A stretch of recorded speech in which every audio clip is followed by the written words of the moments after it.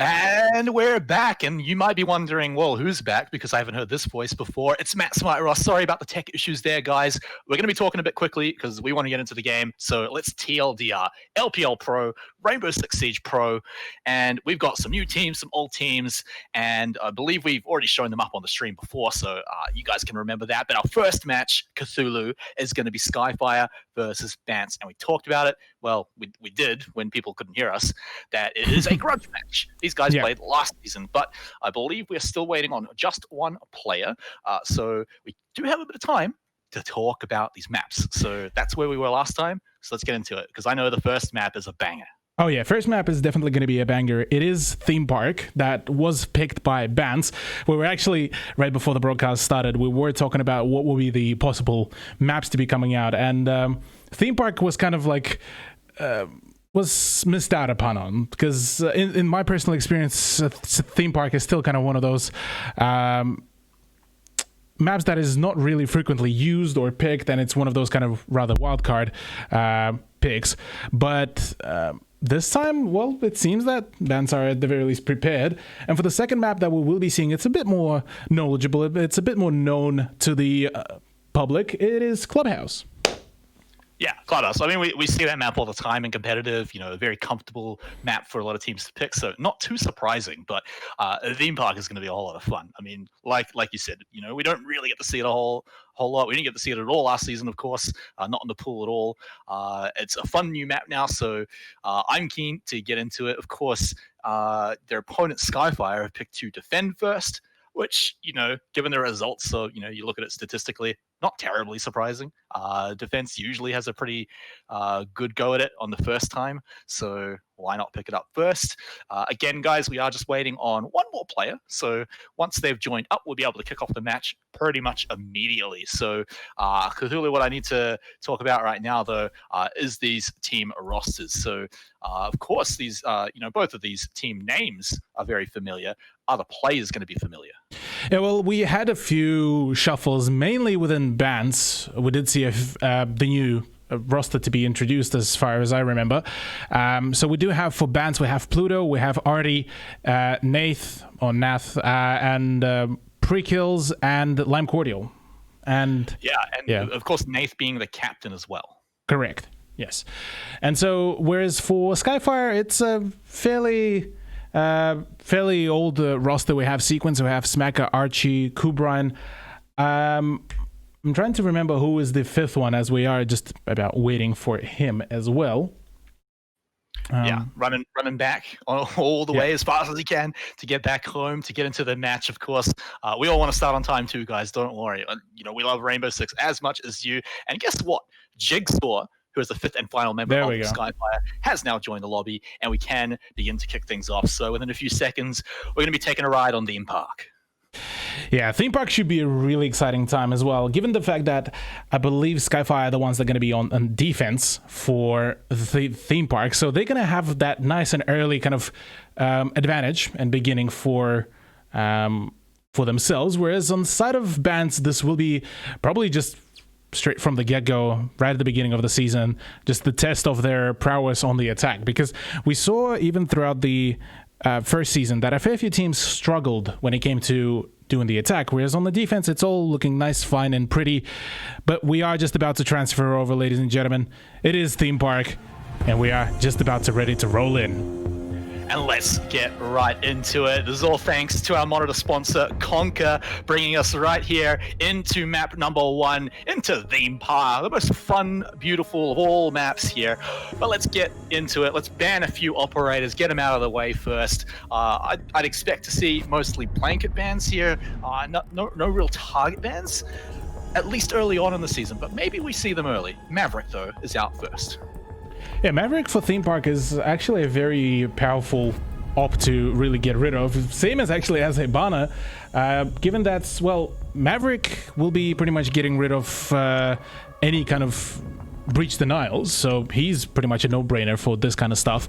Hibana is more of a big brain ban, given the fact that this will pretty much ensure that the attacking side will be forced to pick Thermite, and Thermite is very much up close and personal, which then leads to ability to C4 him over the wall. So there's a great variety of play that can be done here, but the gist of it is that it's going to be putting the attack and their hard breach at a massive disadvantage. Yeah, so already a whole lot of thought being put into this ban phase, but let's get that out of the way. This analytical stuff, you know, the thinking about the game. I mean, it's cool and all, but I want to see a round start. So let's get these operators in here. You know, these players. I want to see who is comfortable on what operator. Are we going to see any specialists start coming out? Because remember, we haven't seen a lot of these players in competition for a while, if at all. Even if these the team orgs are quite familiar. So. Keen to see what they're going to come in here and pick up. Anything standing out to you right now? I mean, for me, nothing too crazy. Yeah, I mean, Skyfire is probably being the big one here, given the fact that they have they're putting all of their 3 slots into the breach denial. Oh god, Kubrian. And Smacker, okay, they're both just charging up. You know how it's one of those like wind up batteries. They just getting themselves all hyped up. But yeah, to get back to my original point, Mute, Kaid, and Bandit. So the trio of the breach denial, info denial, however you want it, will be coming in. Same as Jaeger. Surprised that there's no Wamai, no Mozzie, given that both of the operators have not been banned out. So yeah, I mean, curious to see how will this really play out here. Yeah, I mean, let's talk about what they picked up instead, though, because that's Vigil coming into it. And, you know, Vigil can feel a little feast or famine. He either goes hard or doesn't really work out. So we'll just have to see how it goes here as we're out of the prep phase. Let's get into the action phase here and see how Skyfire can defend here against Vance. Yeah, Skyfire definitely have all the good chances here. Vigil being on the solo roam, yeah, it's definitely with you on this one. It's a bit of a 50-50 coin toss here, given that I don't think Jigsaw is with him.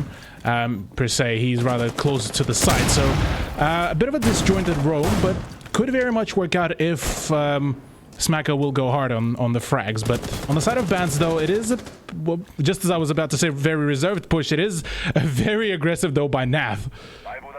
Yeah, no, he's just run straight in. He's inside. He's getting the sight lines checked out, making sure no one's around. But you're right. He's quite alone, at least for the time being, while the rest of his team is scaling up the side of the building. They're getting spotted out by cameras as well. So, you know, Skyfire is pretty aware of what's going on for most of the players here. So, I mean, how are they going to be approaching here? Because they're looking to take at least most of the high ground above the sites. Yeah, well, this is the kind of the first objective for most of the offense here. Take as much ground above as possible, and then try to wreak havoc from above there and make some pushes and deny some of the breach denial, really. So here, Jigsaw and Smack they're in a prime position here to get some frags going. Albeit that the moment that wall into the office will go down and the drone will spot, there's the pre-fires and there's when the breach is going to come through. Yeah, and now Skyfire, they've got all the information they need. They've taken out the drone as well, so they've pushed back Vance. They've made Vance spend a bit of time getting into position, but it's time to start things off. And it's going to be sequenced to get the first kill of the season, taking out pre-kills. He's going to follow it up, taking out Nath as well, the captain of Vance. Not for free, though, because he does get taken out by Pluto, so at least they get something back. But now a minute to go. Can they get it done?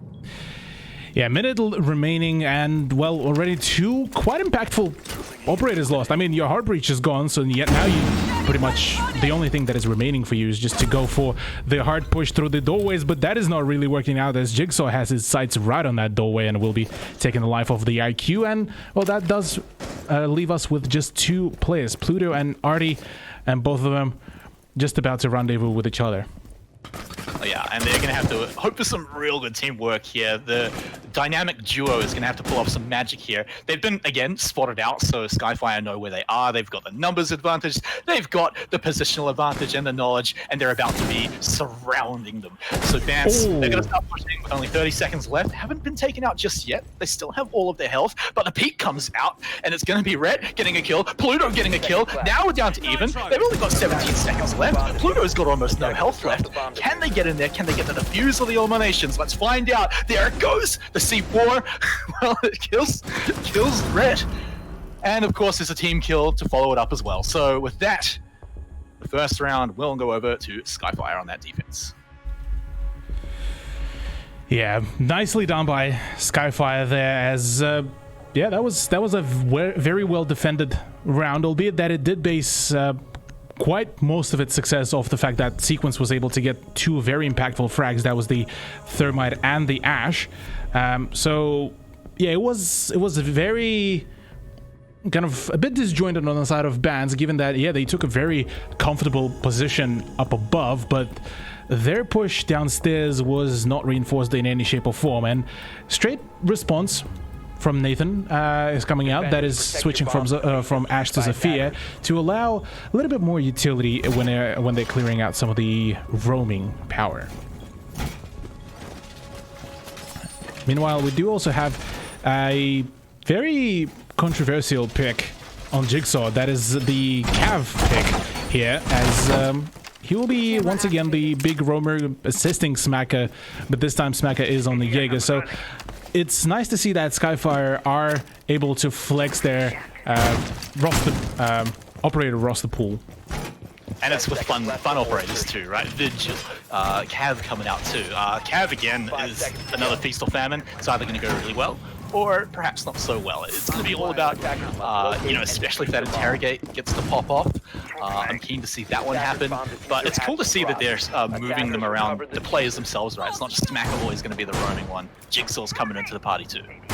Yeah, Jigsaw, I mean, he did do quite some work in the previous round as well, but yeah, it is pretty interesting seeing that first it was Smacker that kind of went for that full-on roaming role. Even his whole gadget was based around roaming, and quite selfish roaming for the most, whereas this time it's Jigsaw that will be trying to do that. But I am rather curious where Jigsaw will be playing, because if you thought that Vigil was a niche operator for roam, Cav is even more so of a niche operator for that, and very much of a glass cannon, because if she is able to interrogate, she's a huge addition to the team. If she gets taken out fairly early into the gunfights, well, you're missing out on one operator pretty quickly.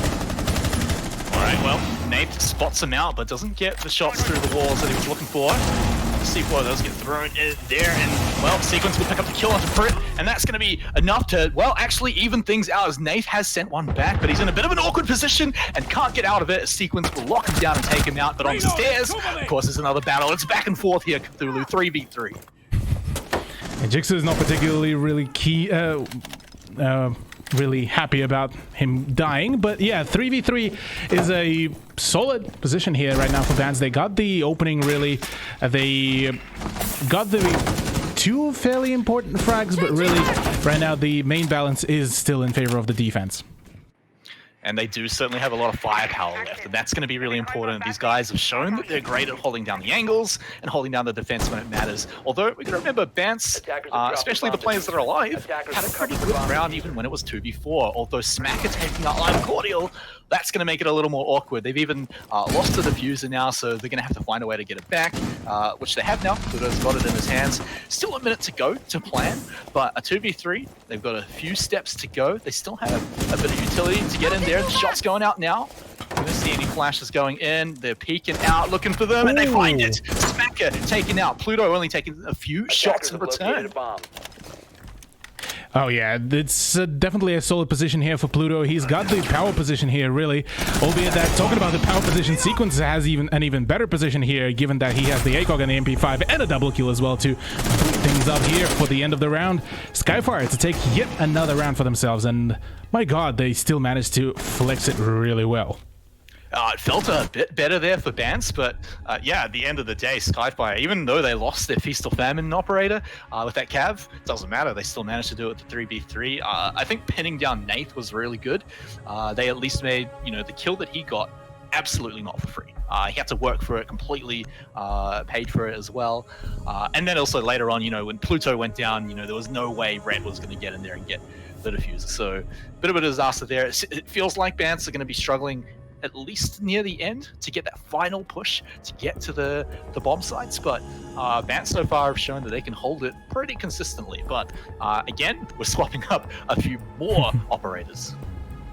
Yeah, bringing in a Clash is definitely a bit of a out there decision to pick, given the fact that, well, her SMG, it's amazing. It was actually, it's about to be also given over to Kali, which should be a pretty interesting change, which should increase Kali's pick rate quite substantially. But apart from that, the shield, yeah, essentially Archie is going to be the mobile drone that is also bulletproof. Yeah, so he's going to be a fun one to watch at least. One of the more annoying operators as well. Coming into it. In fact, speaking of annoying, they're just filled with these sort of operators as well. Skyfire, 10 seconds to go. they're bringing something somehow even more interesting than the last 2 rounds. Here into the third round here. They want to make it a good half of this round. And it's been going pretty well so far. Bats are dangerous when they get the position. But it seems like every time they get a kill, it gets traded back.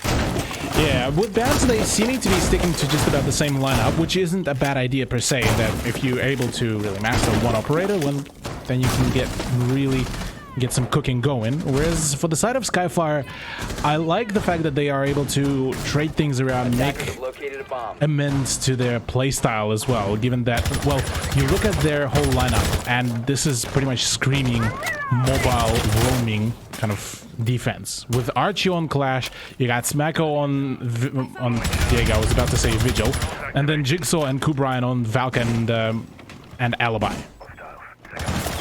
Yeah, so just trouble all around. Oh, Super annoying. And look at how much information Archie's getting right now. Those bullet holes in his shield. Yeah, he can just sit there, take it all day long, and just keep telling his team exactly what Bance is doing. And I feel like Bance have had it rough when Skyfire know what they're doing. And now again, they feel a little bit pinned back. They haven't made too much progress.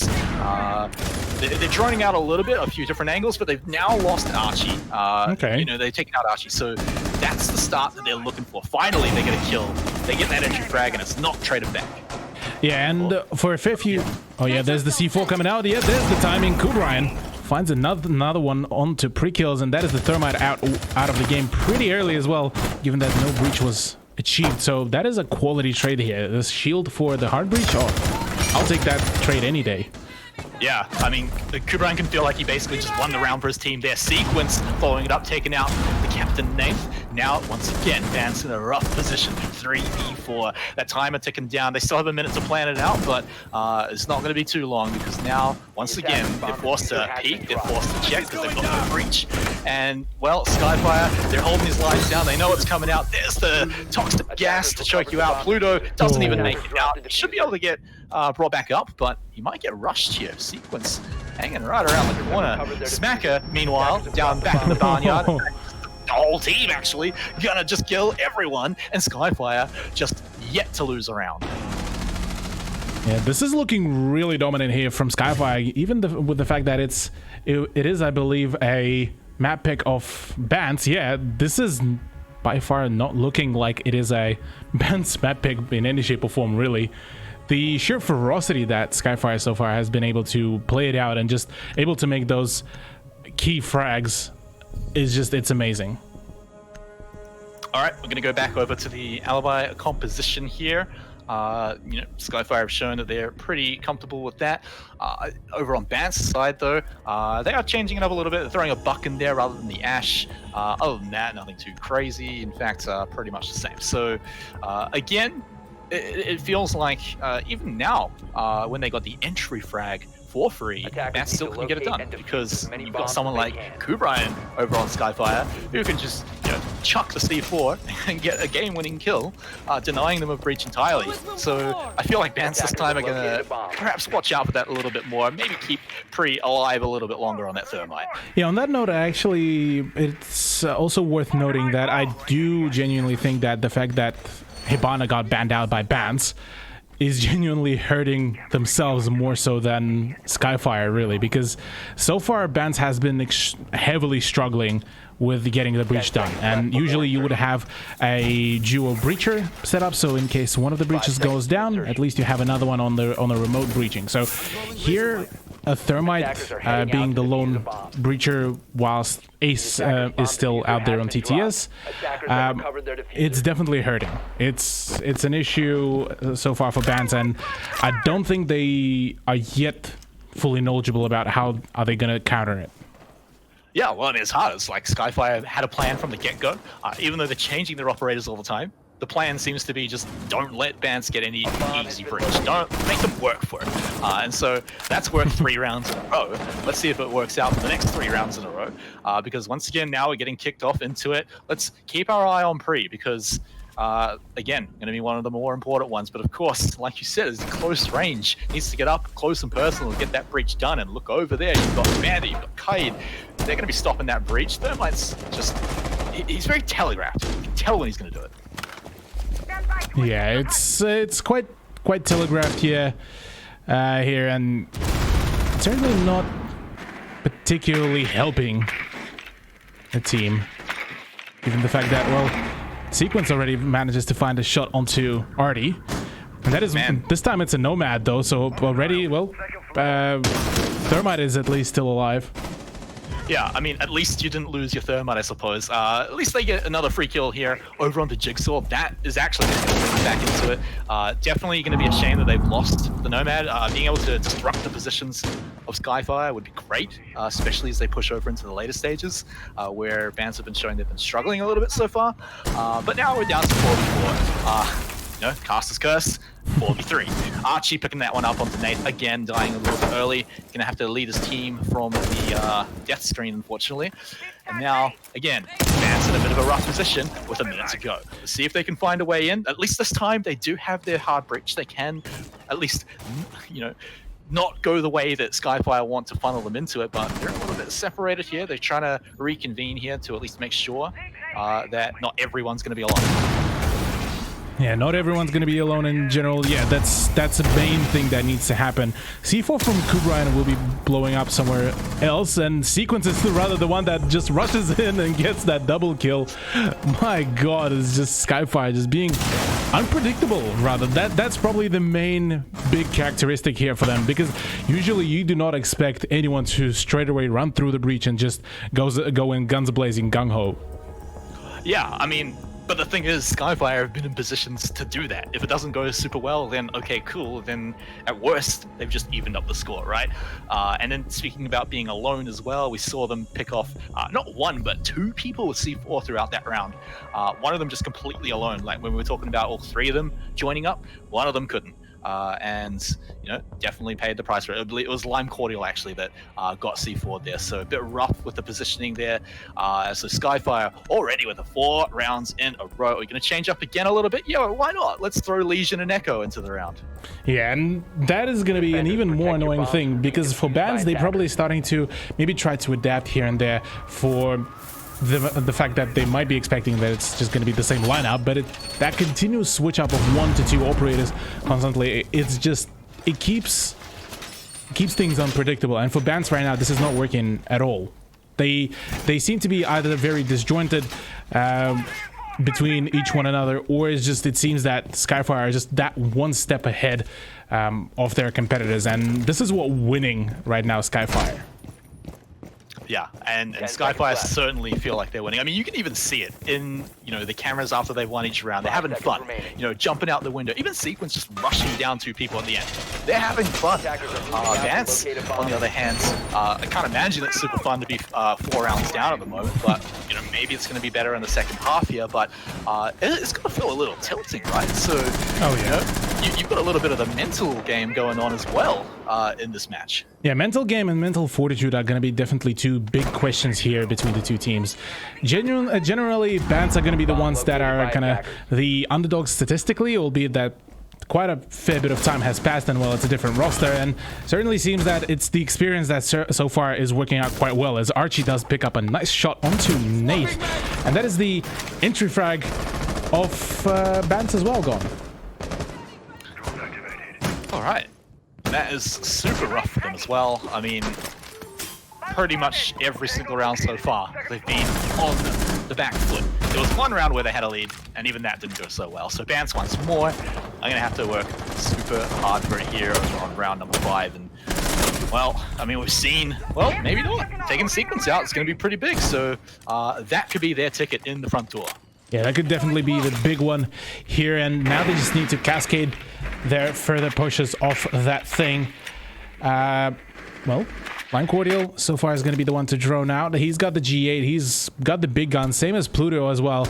So all of them are pretty much ready to get things rolling here, but now all of these pixelings are being held, and Skyfire are not planning to really give away any more ground as so far they've given.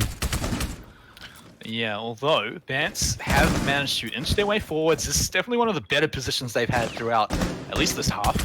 So if they can get one more frag and to open it up, losing 3 kills though is certainly not the way to go. Hell though, evening it up is great. And there's another C4. Oh no! Oh no, Smack has gone on fire again and he's still continuing to go as he takes out Lime Cordial as well. Now it's down to Artie. Can he get it done? He's got a little bit of a needle in his leg, doesn't even have time to get it out, but he is trying to bait it out, but they've got such a good position on him and he's just forced so far back. He's got to rip it out now. 50 seconds to go in. It's not going to happen. Skyfire win another round. Another round indeed, and still so far a really dominant performance. Now, ladies and gentlemen, don't go too far away. We are going to do a quick rehost as well as do a few fix-ups on the technical issues. Bear with us as we will be back very shortly and we will continue the action. Welcome back, everyone. Sorry about that. A little bit of hassle around our end, but we have got back into it. Don't worry. Just to catch you guys up, you can take a look at the top of the screen and you can see that Bants, well, they've got a bit of an uphill battle ahead of them right now because Skyfire have won 5 rounds in a row on defense, and we got one more round for them to see if they can make it the clean 6-0. Oh yeah, it's certainly looking like it is on the table, that possibility, and the fact that the game has been so far just very thoroughly in favor of Skyfire, and it certainly looks like we just might see the history repeating itself here. Yeah, I mean, last time these guys played, which was, you know, I think the 2nd or 3rd week of the last season, it was actually a close series, right? Like it was the best of 3 and went to all 3 maps, and even the maps themselves were quite close. However, 1, the rosters have changed quite a bit, and 2, this is a very different result, as you can see. Yeah, you know, it's 5 rounds in a row, and they're close to making it 6. It's a different result, plus the fact that Bants is technically almost a brand spanking new roster, so the element of the fact that they still have yet to maybe adapt to the chemistry between the players. Maybe it's some of the strats that are not really working out, or maybe it's just the fact that they've started off on offense and they haven't really warmed up. Could be also playing in here, but the warm-up part, if that's the reason, then boy, I'll be having a few questions regarding their future success, at least in LPL Pro. I mean, also talk about the future success of Skyfire, right? Oh yeah. I mean, because they're not making it easy for Bants. Like you said before, they've been changing up their operators almost every round. You know, not the whole list, but 1 or 2 at a time. And that can throw a wrench in the plans of a team like Bants, who are a little newer as well in terms of players. So, you know, it could be confusing. It could be hard to work out what exactly Skyfire are doing, what their plan is. To us, it looks like it's just, you know, get rid of the Thermite nice and early, because that's been working out. But last round here for Bants to see if they can get it onto attack, unless we go to overtime, which would be a very big surprise. But yeah, let's see if they can get it done here. I'm still quite dubious that we will be seeing overtime on this map in particular. But hey, everything can happen. Reverse sweeps have happened before in R6 history. Like the final, I think. Yeah, it happened in the final as well. So, well, actually, no, in the semi-final, I believe. So, yeah, I definitely think that there are ways about it. But for now, with the way how Skyfire have been working, I mean, I wouldn't be surprised if we will be seeing a 6-0, but now that we've essentially talked about it, I'm not also surprised if we're going to be seeing a 5-1 scoreline at the end, so with Skyfire's pace being broken down. All right, well, hold that thought because we're here in round 6, and, well, Bants have already taken a few shots, but so has Skyfire, and now the breach is starting to come through. We're getting a few holes in the walls here, and now the peak comes out, but no, they can't get it done. And with that, Jigsaw will take him down. They've lost their captain now. Bants, they've evened it up. 3 kills taken out. Jigsaw getting that vengeance, and here is Archie. He's getting all the vision, all the stuns, all the kills, as he gets a double kill right there. In the middle of all that gas, you won't be able to stick around. The shield will not protect him from that, but those 2 kills, you gotta say, Skyfire solidified the 6-0. Oh, that would be such a tilting way to die as well. That the lineup was just perfect for the Thermite and the Thatcher, and that is just unfortunate here for Lime Cordial. He's all alone here. He needs to rendezvous with Artie, because otherwise, them being so disjointed, it will be an easy 1v1s to take. And just like that, Smacker finds a nice clean headshot there, all up to Artie, and he's just getting swarmed here. There's a down one sequence, TK, but 360 by the Clash. Oh no, that is upsetting now. I mean, we're getting tea bags, we're getting team kills at the end when you've won the round. Skyfire are having fun, and they're making sure Bance know they're having fun. So again, it comes back to that mental fortitude. How well are you taking this new form of attack, in a way of saying? But let's change things up. It's a fresh slate now. So yes, that half didn't go so well, but well, you got to hope for a perfect half here if you're going to be Bance. Your defense has got to be spot on. Yeah, they don't have any more chances, really. They don't have any more of that room for error to really play out. And well, like you said, they need to have a flawless half, and well, yeah, it's gonna be tough.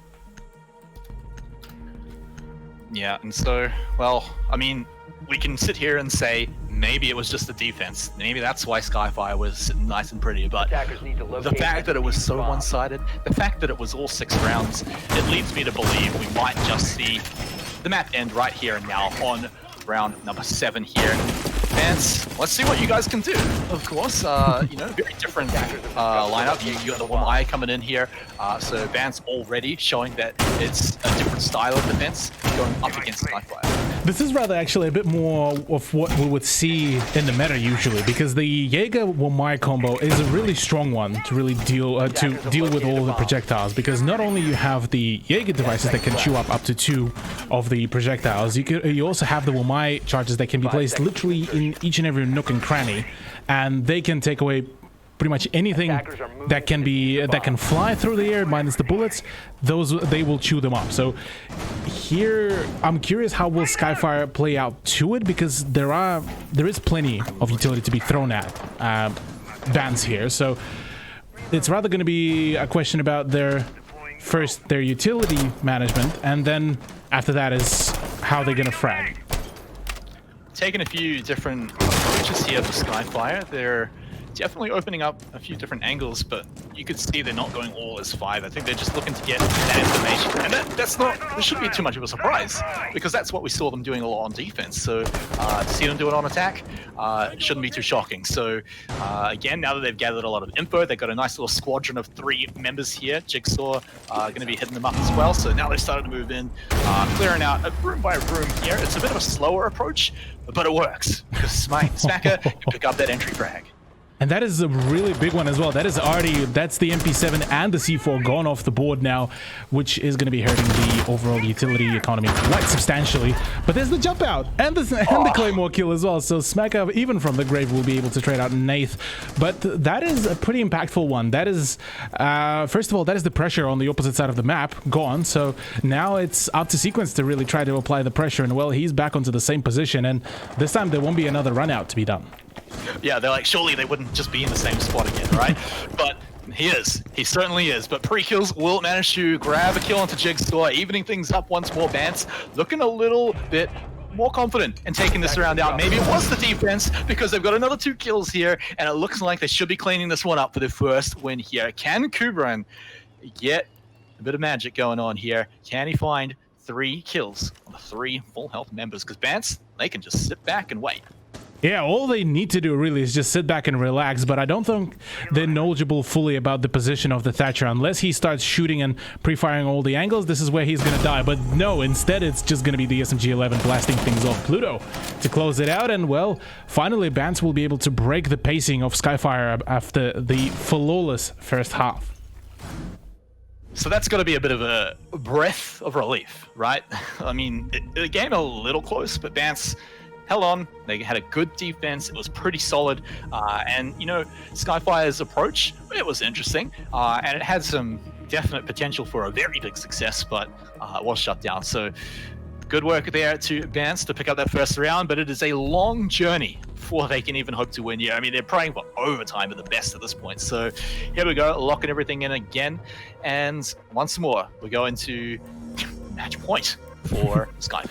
Yeah, match point is going to be pretty much the history for the remaining rounds we'll be seeing on Theme Park, given that, well, like I said, it's quite highly unlikely that we will be seeing the overtime, but it's still out there. It still could very much happen, but for that to happen, a flawless second half needs to come out from Bance, given that, well, they out of the retries, they out of the the lives really for this one. This is where they need to perform if they want to at least contest the points that will be given on from this map. So apart from that, we do see a change up. So no more Wamai. Instead, it's a Mute Mozzie combo, the one that I mentioned before early on when I was saying that what Skyfire was doing was quite unorthodox, particularly with some of the op picks, and Bans instead are playing true to meta.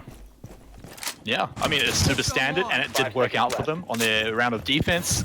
Maybe not so successful over on the attack there, but you know what? If it's working on defense, that's where you are at this point. Just keep going, keep making it work, and hope you can pull out another 5 rounds in a row, and then find something in overtime. So let's kick it off here on yet another round, yet another must-win round here for Bance. The Mozzie, certainly keen to see how he manages to go out here. We've talked about information being a big strength for Skyfire. Mozzie loves denying that information. He loves denying the information. He loves dealing a whole lot of damage. And stealing the drones, yeah, true. But yeah, his guns are absolutely amazing. His utility being the C4, oh, godly. Even the fact that he lost the super shorty, I don't think it really hindered his play. It changed up the general playstyle, kind of disallowing him to be that anchor player anymore. But apart from that, he's still a force to be reckoned with, and he would be the first one. No, that's the Jaeger, pardon me. That's Lime Cordial trying to contest with Sequence, but the L86 is, sorry, L85 is just better. Yeah, and it was a close round there, but unfortunately it will be Skyfire picking up that first kill, although not for free. Sequence has lost a good chunk of health, so maybe that might come into play a little later on, but now we're over to Vance. Already one member down, make that 2 as their captain falls. They do manage to get one back with Rhett getting that C4 kill onto Q, but well, it's still going to be rough. Skyfire are pressing forwards, they're moving towards their bomb site. They're very, very close. They've even spotted it out. So can they find a way in? They're a little bit above it, and they're going to look to hold this angle here, make sure that they are not dropping down to their death. But of course, Smacker, he's going to be checking out all those electronics, finding out where they are, and surviving on a slither of health. Yeah, beauty as well is even though that Thatcher died before the C4, he did actually manage to chuck away the EMP grenade. So technically, Skyfire can still go in for the breach from the maintenance area as well, which is not a bad idea, given that Archie still has both of his charges and full health. So that congestion is still can be done there. The main issue here for Skyfire is going to be the fact that Smacker and Sequence are extremely low in health, and well, there's not a whole lot of solutions for that other than just click heads faster. Yeah, very fast. No mistakes are allowed. So the gas is going to go ahead and block off that entrance for now, but it won't block any bullets since they're going to go in and throw the flash in, and will pop off actually. So that Pluto being dropped down is going to be pretty rough. Sequence finishing it off. It's quite nice. They've got 30 seconds to go in, and those gases are starting to run out right now. And Skyfire don't have a whole lot left. And they don't have a whole lot of HP left either, so can they make this final push against Rhett and pre-kills? Rhett picking up Jigsaw. That was one of the full health members too, but Skyfire with Archie and Smacker will find 2 kills almost at the same time and pick up the round and the map. And the map indeed, it's a fantastic performance here from Skyfire. Just 7-1 to kick things off in Season 2. Now that is what I call kicking off with a banger. Yeah, and you know what? Why not make it a 2-0 in the maps as well? Because they'll be playing another one coming up. Don't believe we need to go to a break, so we're just going to be kicking straight on through that. We've made you guys wait enough. We're going to get into the match as soon as we can, unless the players, of course, do request a break. But don't believe they will be. They'll be wanting to get into the matches basically as much as we will. But I mean, well, at least Skyfire will. Vance, though, they've got to pick up their pieces and find out how to pull it back here in map number 2 as we go to Villa. Yeah, well, it won't be Villa, it will be Clubhouse that will be played out here. Yeah, you got a little bit debated there, mate. But yeah, honestly, for bands, maybe Theme Park was just a little bit too big of a piece to try to take a bite off. Because, yeah, whilst things didn't really work out for them on Theme Park, Clubhouse is a bit more known map. It's one of those maps that really you can't really strut out too much about them, apart from the fact that you either go really hard on aggression or you play really passive. There's not a whole lot of ways to really keep it on the kind of middle ground, unless you're teams like Sinister and you just bait some of the other Pro League teams into thinking that you're playing on a completely different site. So yeah, apart from that, really, there's not a whole lot of things really to play it out differently. So maybe here is going to be the redemption ground for bans. Yeah, but again, I mean, just like it was at the start of the second half in map 1, it's an uphill battle.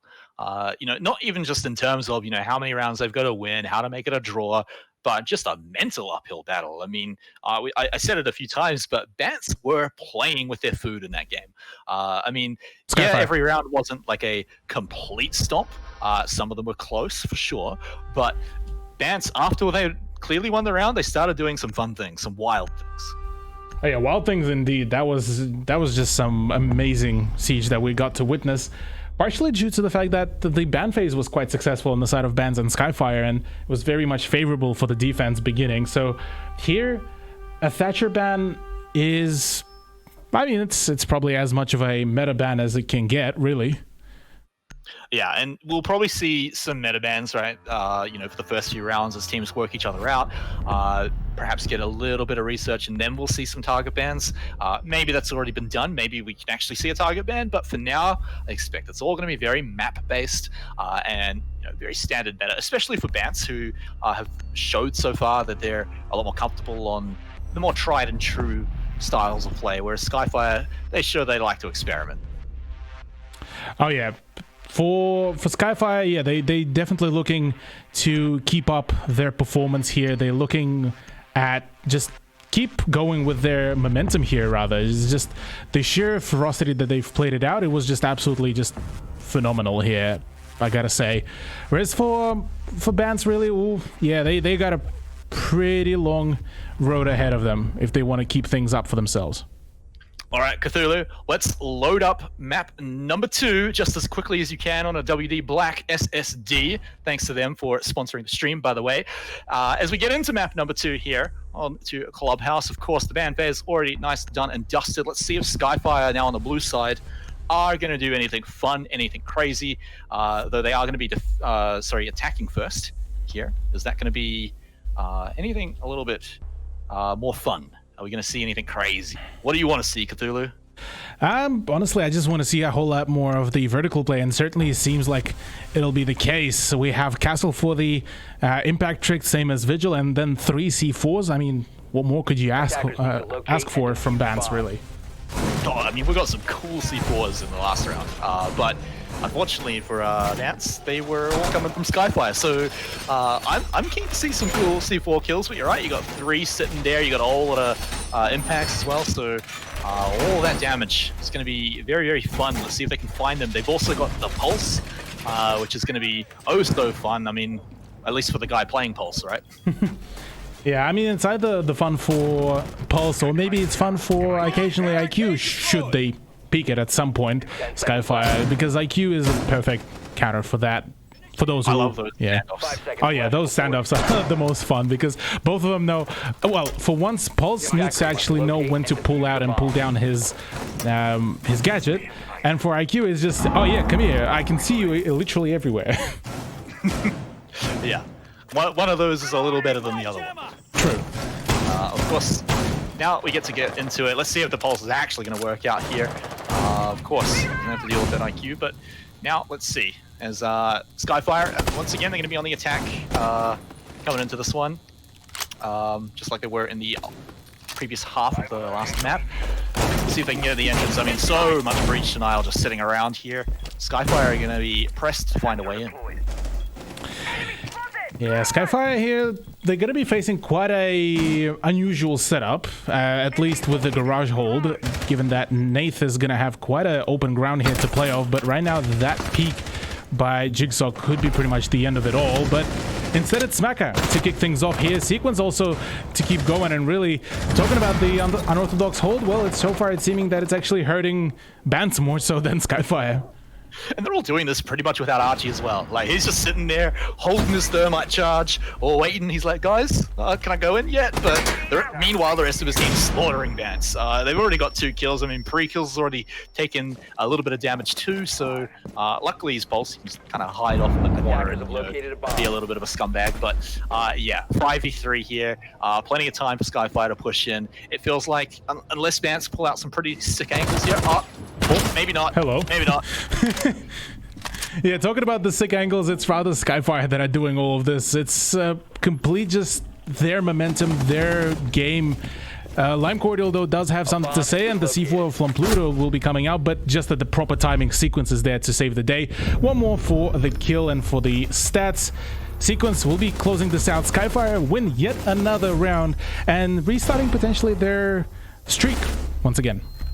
It certainly feels like it. I mean, that one was pretty one-sided. Perhaps maybe a few unfortunate mistakes very early on by Bance.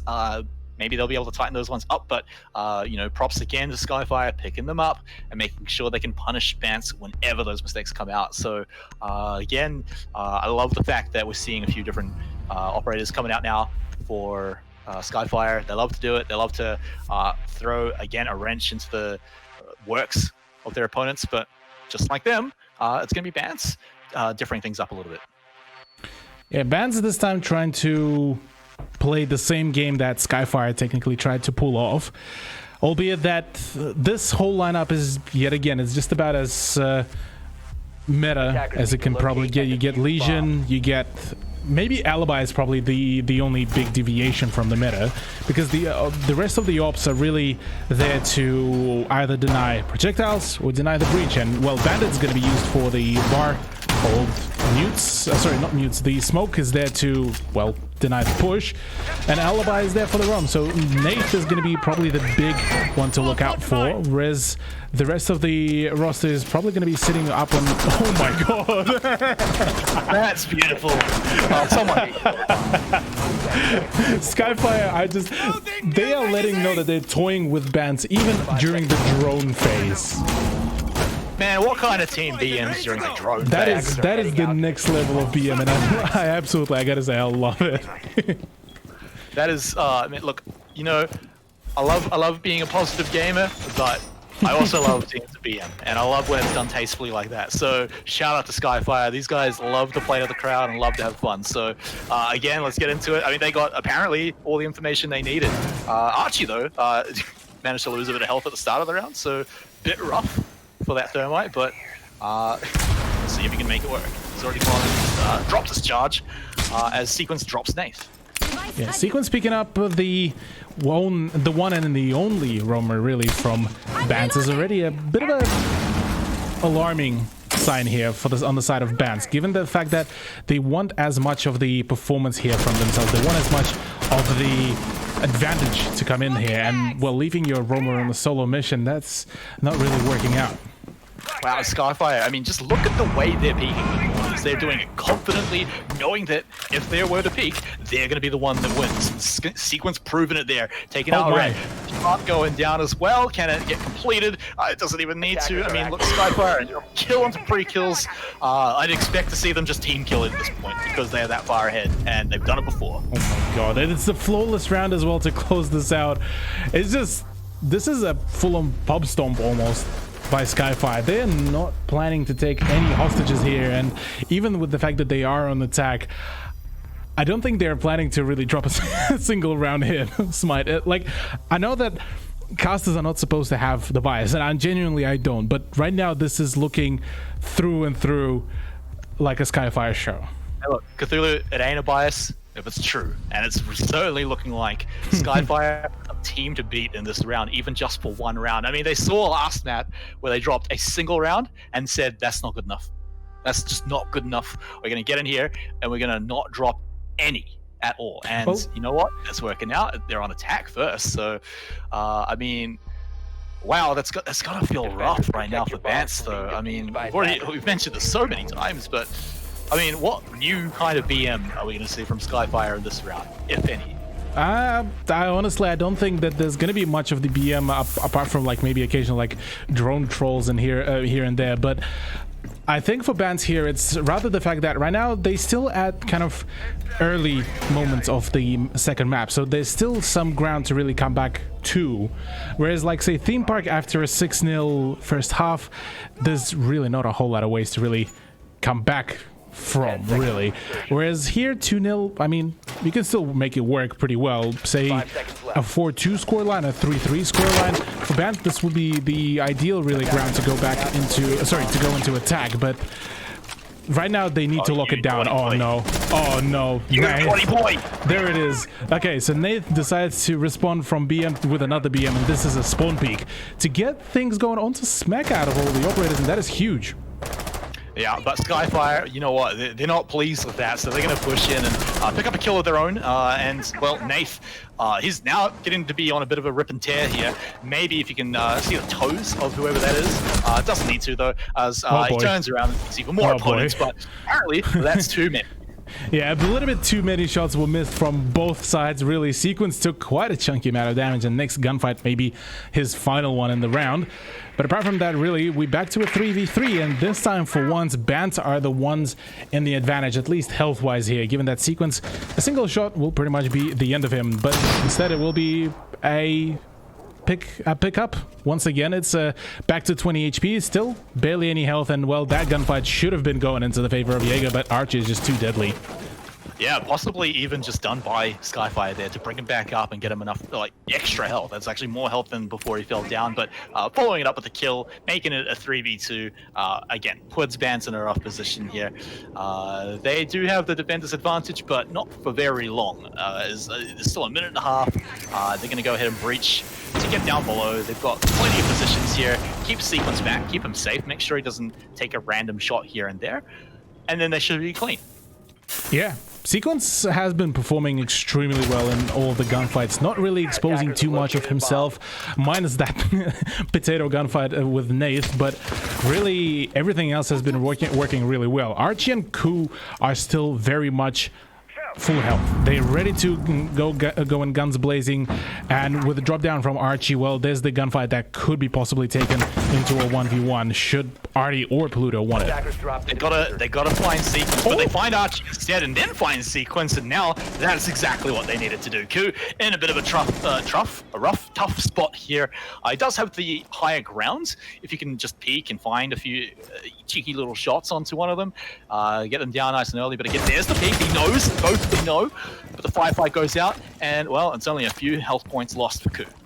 Yeah, not a whole lot of them, but right now the ACOG advantage is there, and well, Ku Brian decides to go for a full send, given that he doesn't have any more time. Actually, matter of fact, he's just gonna slow things down and just maybe talk it out with the team, let them kind of figure out what happened, why did maybe they gotten a little bit too cheeky, but no, decides to go for a drop down after the ult walking, and well, there's the peak, and the doc will be picking it up. Artie with a triple kill to close things out. That was a very nicely done game for him.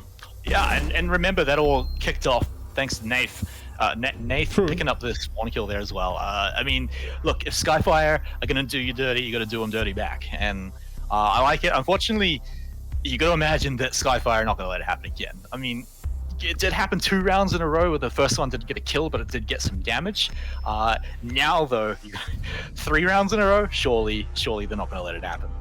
Well, we'll see about that, really. If the momentum can be swung, this is the point where Bants could really swing it in their favor, given that, well, we saw plenty of times when one team will be on just an absolute rampage, but the moment their whole momentum, the moment their pace is completely stopped, thwarted, and stomped, this is where they start falling back. They starting, maybe some of the plays start to get into their head, maybe some mini and micro mistakes start coming through, and this is where Bants could really play it out really well. Artie to be back onto the ACOG, same goes as Nate, so the French duo is back at it again.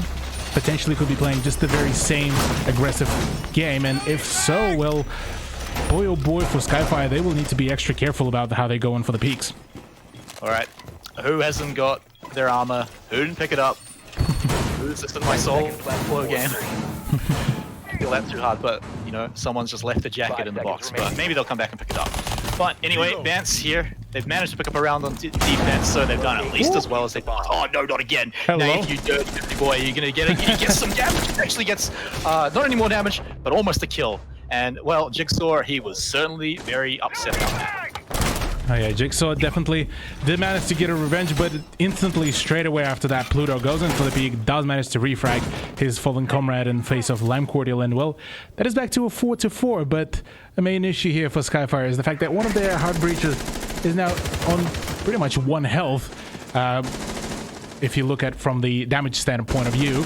Sequence though, full health, so, and he was the one that was popping up quite frequently on the previous round, so he may be able to turn things around here. Same goes for Bance, really. They still have both of their ACOGs out there and ready to frag, and Pluto is still ready to go, but he has ever since rendezvous back to the site. Oh, Sequence. He's listened hard, and he's used his superpowers like the daredevil he is to pick up that kill from behind the wall and then dive straight afterwards to Nath. But that was a cool kill to watch. Oh yeah, that was a very satisfying kill to witness really here, but the main thing that will be troubling now Skyfire is the fact that whilst they did manage to get a frag, they cannot contest the windows anymore, at least not yet. Smacker needs to get back to that position. Apart from that, really, there's a long range angle being held from the cash room right into the garage, and well, Archie did manage to make the push through. So now 2 points of pressure here for Skyfire that they could work out, but really here, Bans have all of the ground they needed. They have all the guns and all the health. Yeah, and the guns and the health are really big too, because that works off of their comp as well. You know, they've got the Brook armor, so they've got this big fat vests on to protect them. They've got Doc, who's going to give firepower and health, you know, if it's able to be pulled off. So Skyfire, they might get some of these good shots here. They might even get some of the better angles early on, but the fact that there's just more health and more firepower coming up for Dance might push them back. Breach go off. Are they going to go for a bit of a bait here? Perhaps not, but there it is, the hole in the wall. They've got access to the site. 50 seconds to go. 50 seconds to go indeed. The push needs to happen. There's the push out by Archie. There's no C4s, but there's still gas grenades that could be prepped up, I believe. There it is. They baited one out. Yeah, they baited one out, and Smacker does manage to find a shot as well. There's another crossfire being done. Nath will be down as well, and all up to Prekills really to play this out, as there it is, will be taken down, and Prekills on the flank does manage to get it down onto Kubra, and Smacker and Archie are the last men standing, and really with the planter down, the push needs to happen here by the smoke player. Yeah, and Pre just down on the ground here. Everyone else the high ground against him. He's got no angles and no hope to get up there. So 25 seconds to go, not even full health, no gas left to even think about. He's going to have to go outside, find a way up, and there it is, a bullet between the eyes. We'll stop that plan right there. That was a really good recovery, gotta say, by Skyfire, seeing that they were able to, firstly, well, almost adjust to the way how Bans were going for some of these spawn peaks. I mean, good for Smacker, he didn't die from that spawn peak, but apart from that, really, they managed to pace themselves a little bit slower. They slowed themselves down, they droned it out as thoroughly as they could, went in for some of the rather ballsier pushes, and that's exactly what got them the play. Plus the fact that Prekills wasn't really able to land the perfect gas grenade did really help with the fact that the planter pretty much went down without a single issue. Yeah, and you could also see Skyfire, they moved with you know, a single focus in mind, and they did it quickly. You saw them move around the corners and know exactly what to do. So you know, they're not waiting, they're not being hesitant, and it really shows how important it is to be able to do that and still act as a team and still win. So pretty much showing why they've been winning most of these rounds so far. Bance came close on that one, but here's the question, Cthulhu. You know, I'm sitting here in Skyfire's comms, and I'm saying to my captain, I'm saying to Nate, surely they're not gonna. Sorry, I'm saying to the captain of Skyfire, surely they're not gonna do the spawn peak again, right? Like, we don't have to worry about it again, right? Yeah, they could still very much go for it. They wouldn't do it 3 rounds in a row, right? You never know. It's one of the rather more, well, you would expect them not to go for the run out or for the spawn peak, but this is exactly maybe what Bant's really looking for. Really, there's the open window which could be used for just the Valk cam throw out, and yeah, there we go. But Pluto could really play it out there, really, if he would have so wanted. Yeah, but I mean, like we were saying, it doesn't really happen 3 rounds in a row. So with that, Bant's not going to be too cheeky this round, so a bit more normal. Everyone's starting off at, you know, the hit points that they were given when they were born, and so we're actually going to get a real round to actually kick things here off on round number 5. Skyfire have been pretty successful at entering the building and getting the breach off and actually getting to the site so far. So now that they've got some of these lines here, particularly on this garage, sorry, on the breach, they can take a look at just moving in slowly. They're very close to the site. Yeah, I do believe there's still a Valcam out there that is actually overlooking on that window, which could be a massive info gatherer here for Bans if they should play it out. So another set of flashbangs coming through, and I do believe that that castle barricade did end up going down to the breaching charge.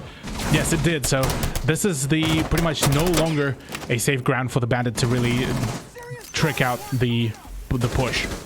Well, Vans have certainly been pushed a little further back, but they've still got their eyes on all the entry points here so far for Skyfire. I mean, they've been tracking the breaches. A bit of an early gas coming out there to at least deny a bit of a push. So Skyfire, they're going to wait that one out, but they're pretty happy that they can force it out nice and early. It's going to give them a lot more time later on.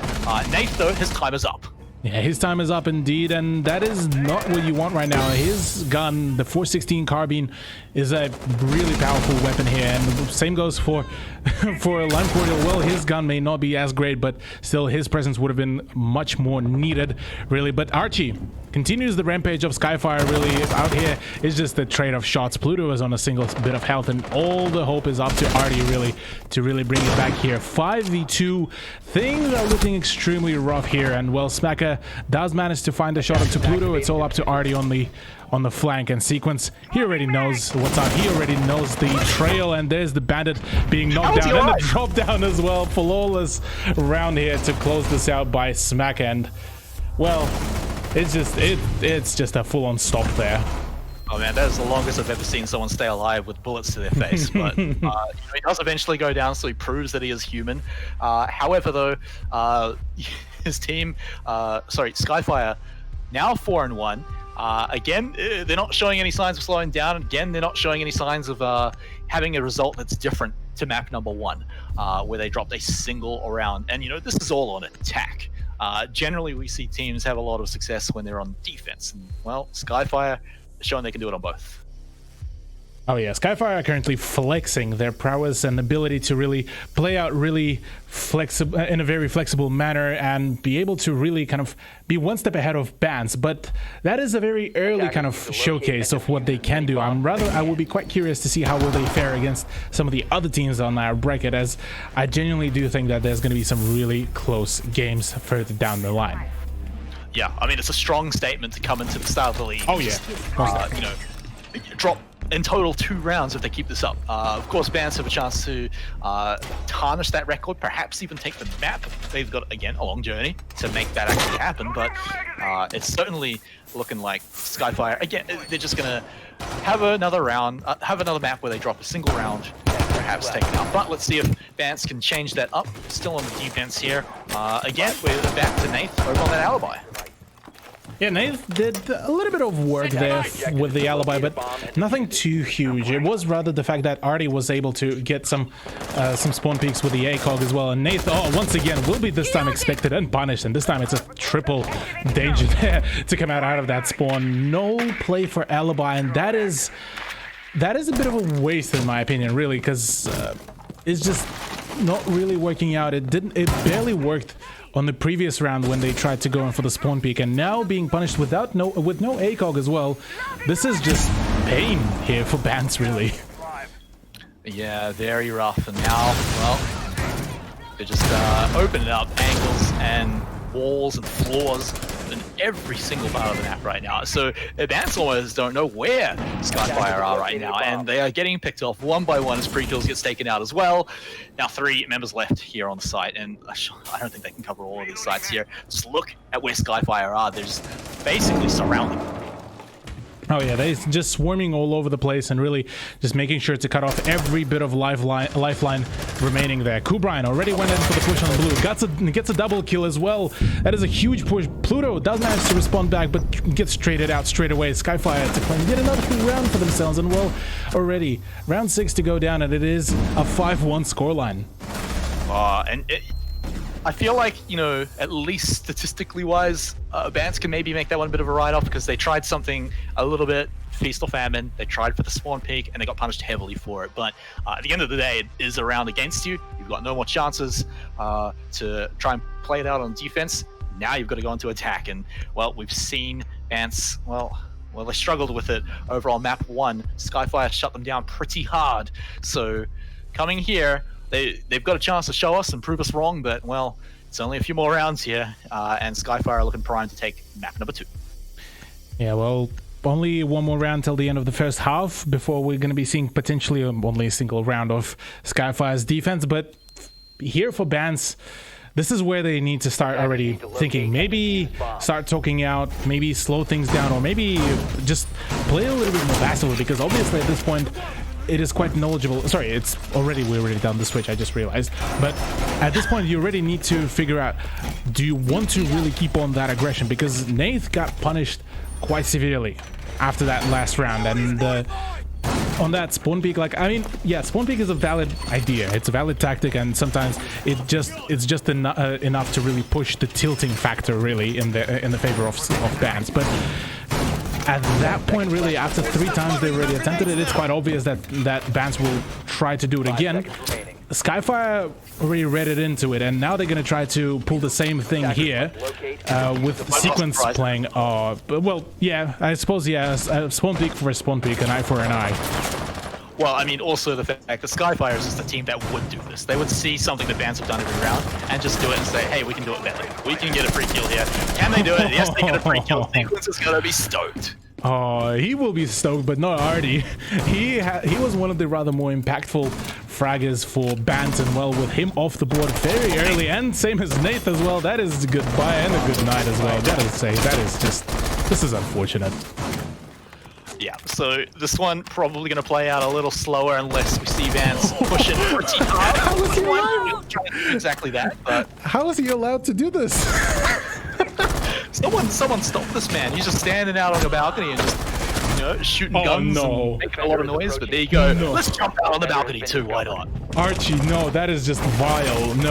Well, Skyfire gets punished straight away. Jigsaw out of a blue, really. This is now a 2v1. Pre-kills is full health against Kubrian, and pretty much almost dead Jigsaw as just another ADS eats up a grenade. And well, now it's a full-on chaos. Minute and 47.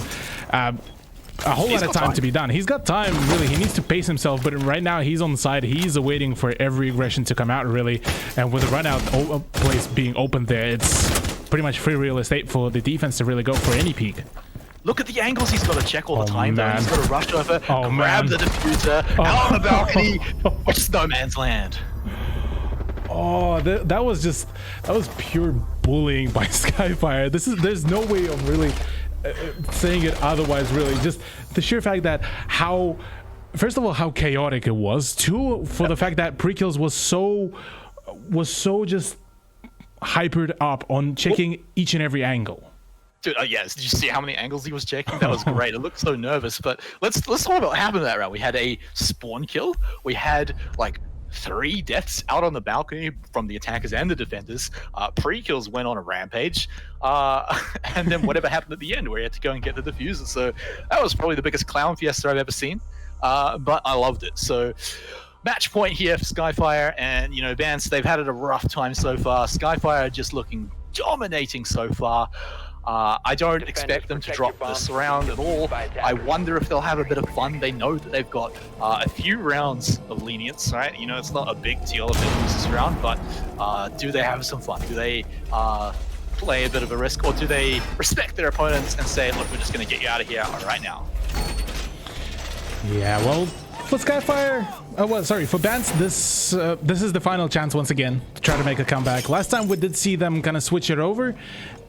We saw them take away at least one round, so maybe here, albeit that they are on the fence this time, maybe they will be able to bring a few points for themselves. But ultimately, yeah, so far the trend does state that, well, it's really not in their favor. Attackers are moving out. All right, well, Smack is going to check anyone that's just outside the wall. Are we going to see any more spawn peaks again? I know I talk about it every round, but these teams definitely love doing it. Smacker just sitting by the wall, waiting to see if anyone comes by. He's got his ears open too. But unfortunately for him, Ants have entered on a completely different side, just around the corner actually. And now they actually get a pretty good hold of the garage here as Nath has gone in. Let's check in with the rest of his team. Oh no, speaking of the rest of his team, Pluto has gone down. Yeah, Pluto going down. This is definitely not a good beginning here for Bans, albeit that, well, the main kind of breach has been done by pre-kills, but having Hibana for further on in the round. It would have been definitely a much more beneficial idea, but unfortunately that's not the case. Another gunfight to be taken there, and that is Jigsaw with the MP5. This is just an absolute just slaughterhouse here. Archie goes in for the double peek. There's a triple peek almost coming out, and Nathan just will be contesting it one by one. Does manage to punish Kubrian, but another aggressive peek and a double kill for Archie to close it out. Archie is just he's not taking any hostages here in any shape or form, but Lime Cordial does manage to push things out a little bit, but not long before Skyfire close it out. Fantastic performance and a 7-1 once again. And just, I mean, 2 rounds over the entire 2 maps, having fun, playing crazy strats, and just making it look easy. Skyfire dominate the very first game of the season, so shout out to these guys for making it look easy. There it is, Sequence as well, going to be the MVP. No surprises as well. I mean, he just had some excellent frags here. I mean, of course, Smack is someone we should talk about too, but yeah, Sequence just massively slaughtering throughout that match and having fun too. So Skyfire gonna end this week. I mean, pretty happy with that. 2-0. Oh yeah, 2-0, getting the maximum amount of points from the very first day on. It is a superb performance there for the team, really. And well, you know how before I would have been talking during the season 1 that Smacker is literally the whole show. Here, the whole Skyfire was just on fire there. They were not planning to really have one player to get the big MVP parts. They just all performed pretty good. So it sets us up for a very exciting match next week when we get to see Skyfire again. However, we're going to have to wait for that one. We do have one more match tonight. It's going to be Blessed taking on Exto, and that one's going to be coming up at about, well, let's take a look. I got to do time zones, you see, and that's going to be coming up at 8:30 p.m. Australian Eastern Standard Time, or if you're a Kiwi, 10:30 p.m. And well, if you live anywhere else in Australia, then well, you probably already know how to convert these time zones. So we'll see you guys once that time is up for our second match of the day. Don't go anywhere too far. Kia ora koutou, everyone, and welcome back to LPL Pro. We're still sitting here with the Rainbow Six Siege, and of course, we've already got through one match. But before we get into that, my name is Matt Smite Ross. Mr. Cthulhu here is going to be joining me. I'm going to borrow his brain a few times to tell us all about Rainbow Six. But of course, we did just see Skyfire get a pretty slick 2-0, in their first match of the day. A strong statement.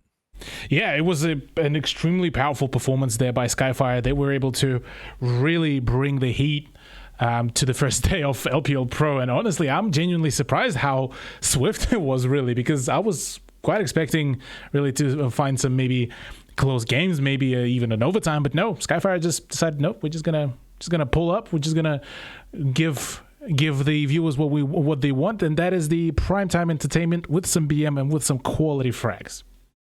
Yeah, and one Clown Fiesta round thrown in there just for a good mix. But the important thing is they got it done super easily, right? They managed to get in there, they dropped 2 rounds over both of the maps, which is a very impressive way to open the entire season. So congrats to them. Unfortunately for Bance, they're gonna have to come back next week and try to make a stronger statement for themselves.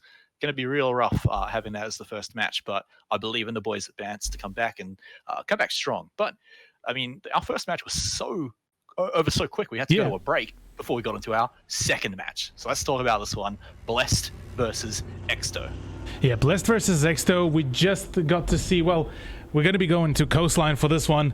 And those are the 2 teams that qualified into the LPL Pro via the relegations. And so this is going to be their debut here on LPL Pro for both of those rosters. Both of the orgs, matter of fact, as well. So quite curious to see how will they play it out. Yeah, and it's actually getting real exciting over on social media. So if you're on Twitter and you aren't following these teams or these players, definitely get out there and find them, because it's getting spicy out there. So I expect this match to be super interesting. I mean, even the implications from the last match where we saw a bit of banter going on too. So already the league is just tons of fun. But let's get into it. I mean, I know Blessed are super excited to get into this one. They unfortunately missed the tag on the main post, but definitely made sure all their fans and their players got into that. So Cthulhu, let's push all the drama and the Twitter aside for a moment, and let's talk about these bans, because we didn't see Ying or IQ banned out in the last 2 matches. Yeah, this time it's a bit of a different map to really play it out, and well, it is much more linear. It's much more frag heavy, where you don't really need as much of a level of coordination and strats comparative to, say, some maps like Theme Park, like Clubhouse, like Villa. And so this is where it's going to be pretty much the frag fest I'm expecting from both of those teams. So for that matter, IQ to be banned out, that's somewhat of an unusual one, but it's also quite a expected ban, given that she is right now in a very powerful position. Her G8 is an absolute beast of a gun. Her utility, very powerful. And same goes with Ying. I mean, on a much more linear map where you don't really have a whole lot of ways to kind of run away from the scary Candelas. They are very scary. Yeah, they are very scary, and it's going to be chaos if you let the Ying come through. So with her banned out, it's a bit of a more of a safe ground here for Exto Gaming to really play out here on the downstairs in the kitchen. But honestly, there's still a plethora of operators available, really, for both defense and offense, and I definitely do think that both of the teams will be able to bring in some heat here. Yeah, well, let's heat it up, Cthulhu, because both of these teams, like we mentioned, it's their debut. It's the debut for a lot of these players on the big screen here. So, again, super excited to see what they're going to pull out for us. Are we going to see, any players that specialize super hard in a certain operator, or maybe one of these teams is just fantastic on attack, fantastic on center. Talking about fantastic. But why not start spicy? Yeah, spiciness it is indeed, but to no avail, really. Jordy, for now, wasn't able to really find a single frag. We'll be reporting back to the downstairs floor, and interestingly enough, instead of roaming in the Sunrise, actually just barricading it off and just waiting for the sound cues to probably come through. But apart from that, really, it's looking like a very interesting setup, to say at the very least, given that the top floor was pretty much given away. Yeah, although it was the fact that they managed to do the barricades once they had the information, once they knew where Blessed were. So I really like that, because now the barriers are actually going to matter. They're actually going to be in the right place. So already looking good for Exto on the defense, but we're still yet to see a real confrontation here. West, they're getting closer. They're getting closer, some of these firefights. So we're starting to see maybe a peek around the corner could just suddenly kick things off here. The question is it going to be a trade? Are we going to see a kill for free? Because that could just set up a team completely straight away. There's the drone. They got the information. Attackers have located a Yeah, bomb. they got the information. They push Shoots off his position on the white stairs, and really, right now, Papa is going to be in a bit of a powerful position. But talking about powerful position, it's Mitchie and Jordy picking up a kill each, which is going to be pushing Exto in even better position as Shoots picks up a third one as well for the team. All down to Ryan and Space Prism to really play this out. And actually, matter of fact, we didn't really even get to go over the rosters for the both teams, but so far it's a pretty solid introduction here on the side of Exto Gaming. Yeah, making a statement, coming in saying the roaming pack that we've got pushing through, they can get the snowball rolling, and they did it without a single point of damage going back to them. So these firefights, I mean, we didn't really get to see them, but either they caught them by surprise or just outpeaked them completely. And, it's continuing, right? And she's going to go in and just shotgun the head off his opponent, along with Mitchie picking up Ryan as well. So what a statement to make on their first round. A flawless round, yeah, and just completely playing them like a fiddle. It is just, yeah, it was absolutely just phenomenal, really. Well done. I mean, what else is there to say about it, right? Yeah, there's not really much to say other than Exto were really able to dictate the pace where the attackers are going to be exactly, and how they're going to be met with what kind of fire, really. So what is interesting to me is the fact that at the very beginning it looked like Blessed had the upper hand. They managed to take most of the top floor.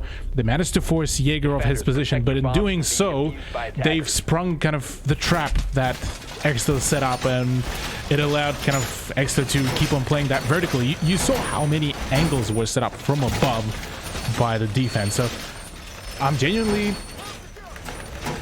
amused. Yeah, that's probably the only way to really describe me right now about this round.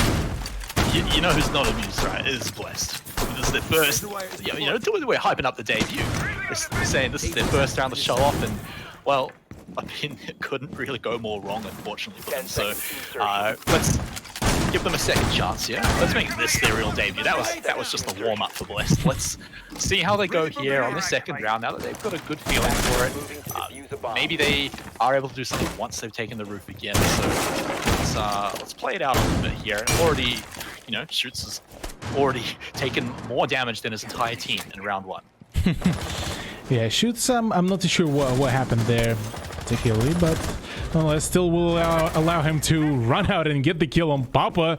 That is a good night, and that is the Ash, one of the main aggressors of Blessed esports, and well, that is a solid beginning.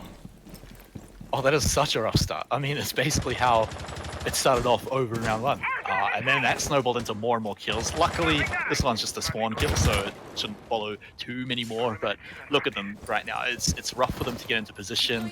I feel like Exto know where they all are as well, so they have to step forward, inch forward just a little bit. That little bit of damage that Shoots probably shot himself with doesn't really matter at this point. They've got plenty of numbers right now, so Bless is still trying to get information while they're sitting outside.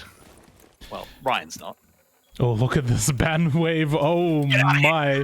Hello and goodbye, nerds. Oh, yeah. That is a pretty picture to witness. It's one of the longer ones. Yeah, it is just absolute pleasure seeing that kind of ban wave, seeing as just the game gets cleansed. Just even by a little bit, but still gets cleansed. But to get back to the match at hand, Exto is still in the lead, frags wise at the very least. Yeah, it hasn't progressed too much. Progressed. Hasn't moved forward too much.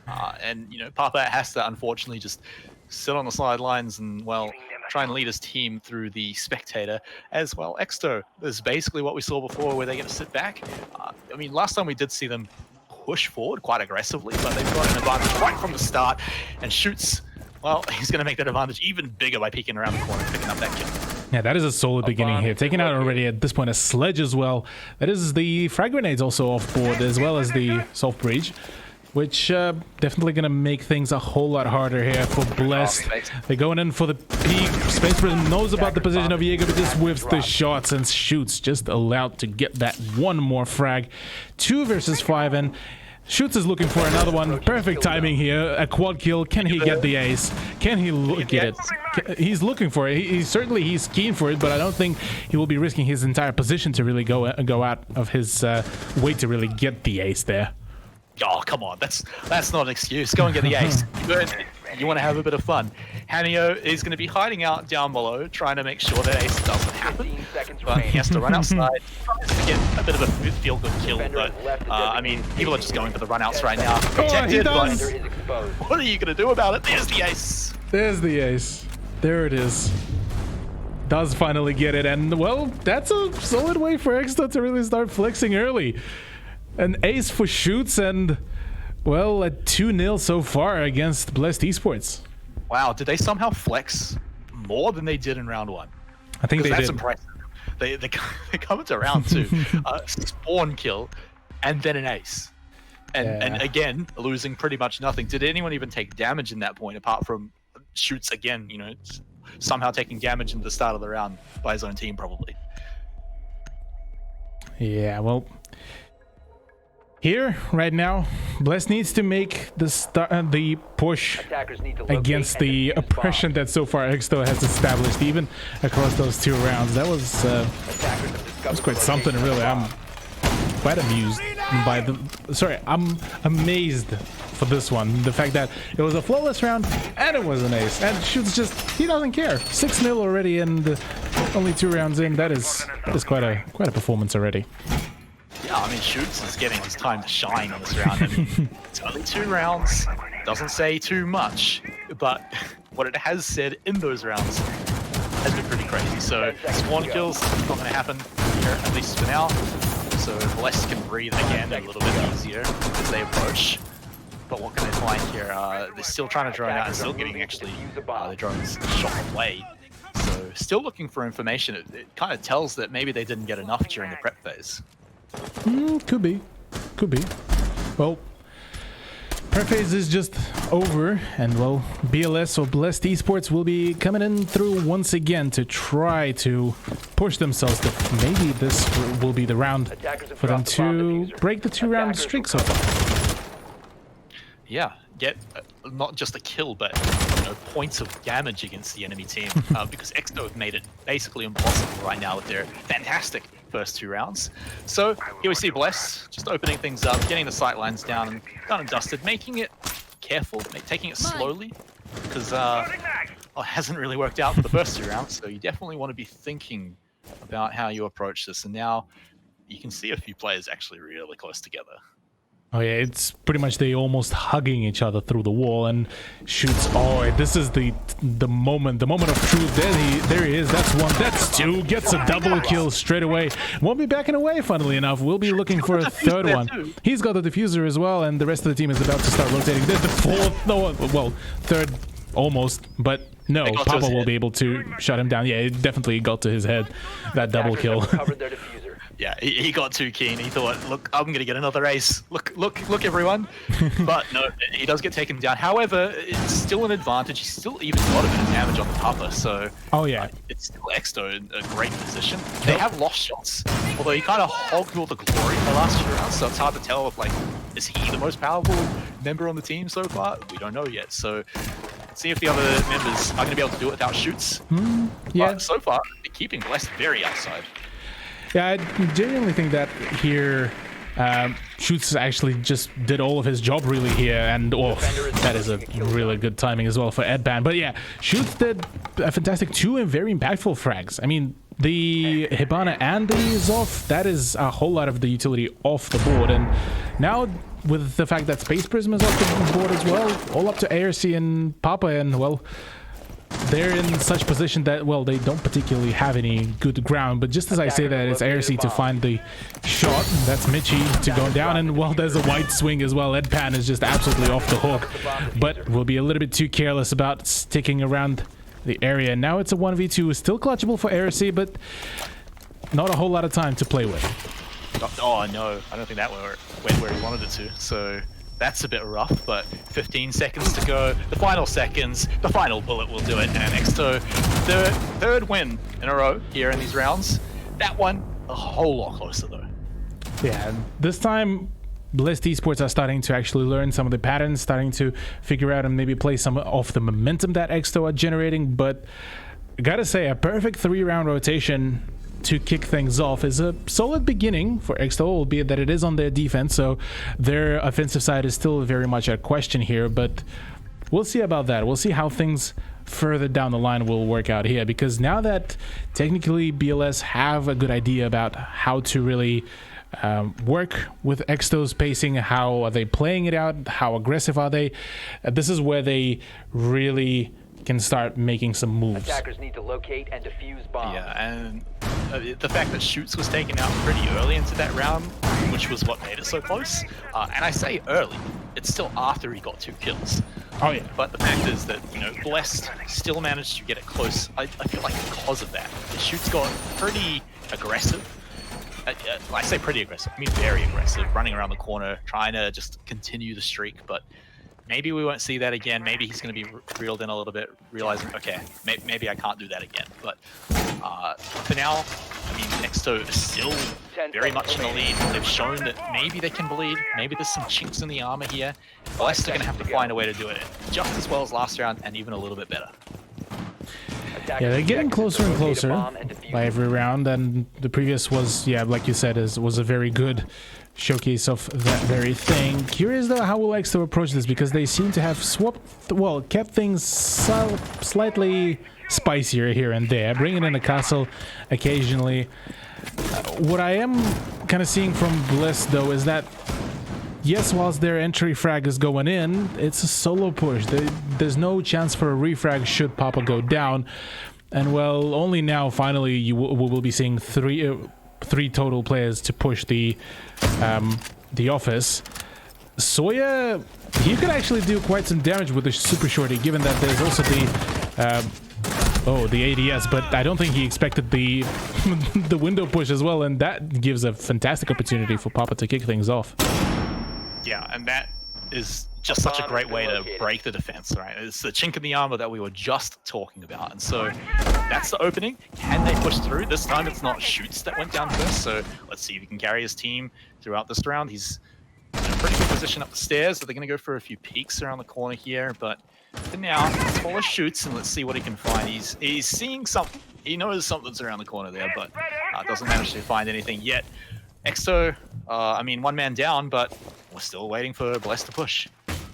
Yeah, Blessed are a little bit stalling out because maybe they were initially thinking, well, now what? Now that we got some ground, what do we do about it? They need to coordinate things. They need to coordinate the push. Papa looks pretty ready to push out from the CCTV, but he is waiting for the rest of his team to actually go in for the play. Papa finds another one. This time it's from the kitchen windows, as I was completely wrong that he was in CCTV, but nonetheless, fantastic double kill already. Yeah, that's what they were looking for. Just a cheeky little kill down through the floor, of course, wins the peek off, and now 5v3. Minutes to go, so they've got the time to plan. However, Edpan is going to make that a little bit harder as he picks up that kill, but now we're going to see the gases come out. Mitchie as well with the kill. In fact, Geordie to follow it up too. I feel like Exto, they bought the time, they bought the kills, and now ASC and Space Prism all up to them again. Can they manage to get it done? Space Prism trying to find a way around the corner, but he's got so many angles to keep his eyes on. It's a hard ask for him to do it. He does manage to find one. Can he find even more? The bomb site looking awfully tasty for them to move in. They've got to go in. There's the flash, but the shots firing back. Ooh. But Space Prism gets 2. Can he get the final one to make it 3? Oh, no. He can.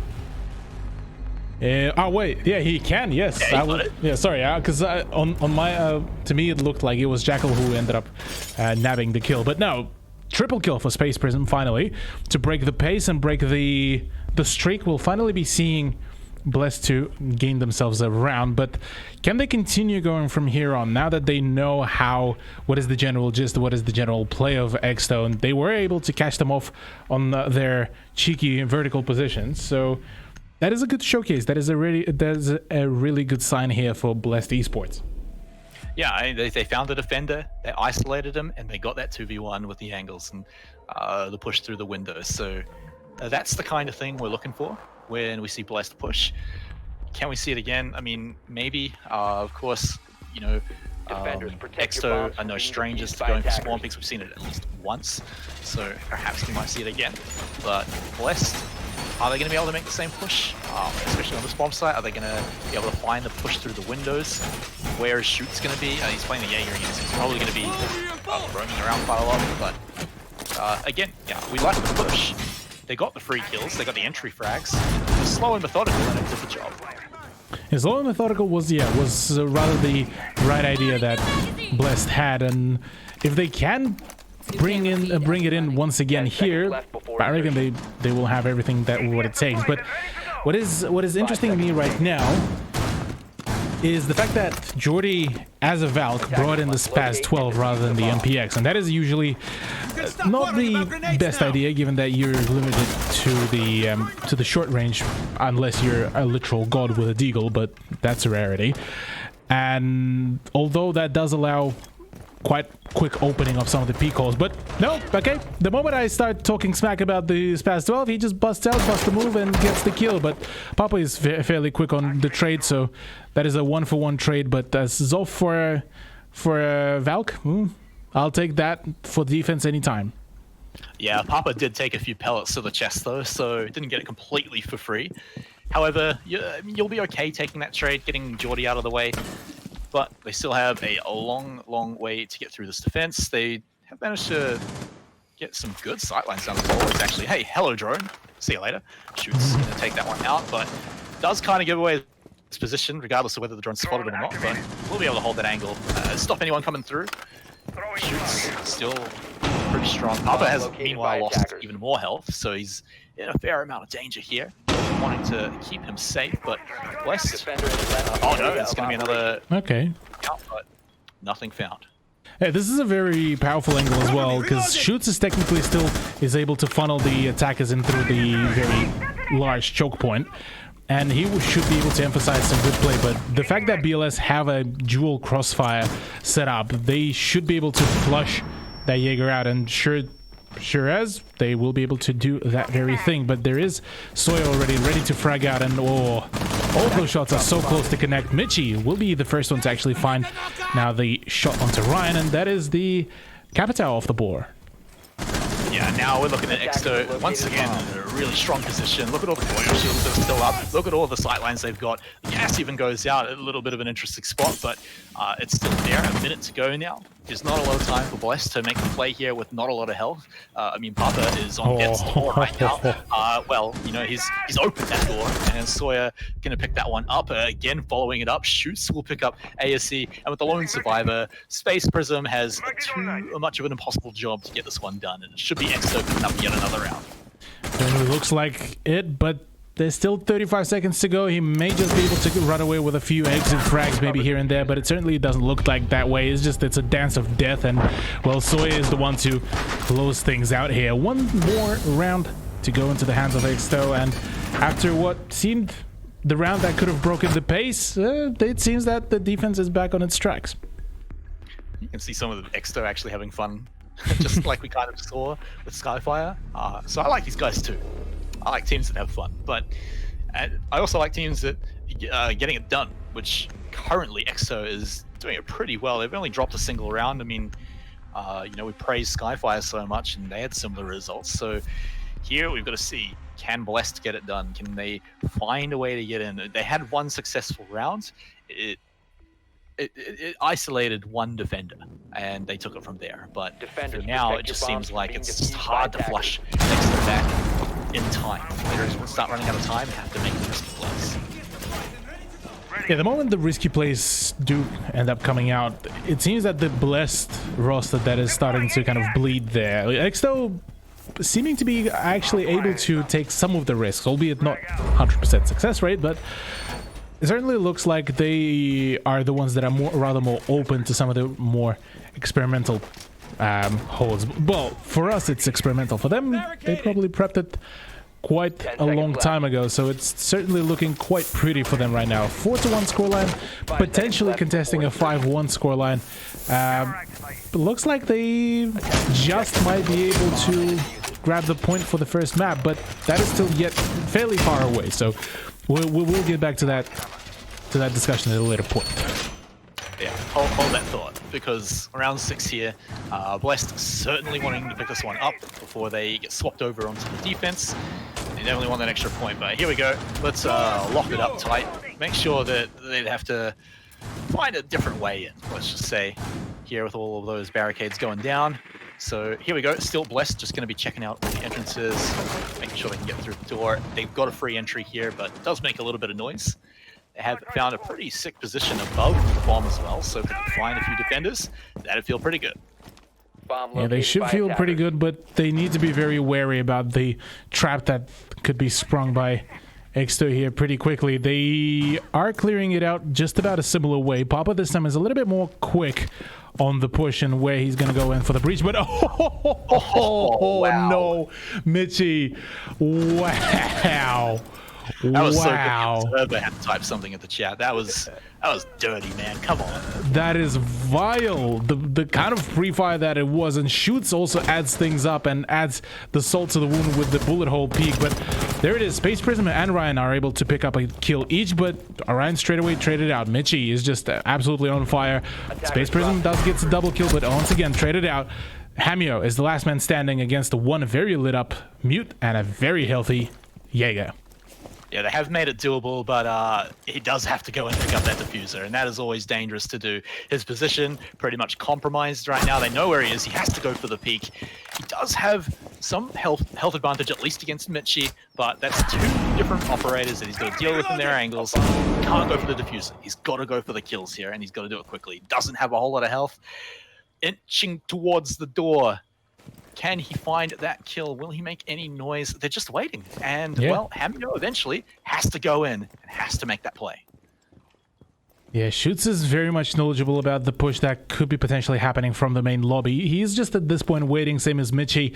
Both of their guns are aimed right at the breaches. So here, this is the push. But, oh, the timing. The timing was not in the hands of Jaimeo, and Shoots is the one to find the kill. Exto to find yet another point. 5-1 scoreline in the first half.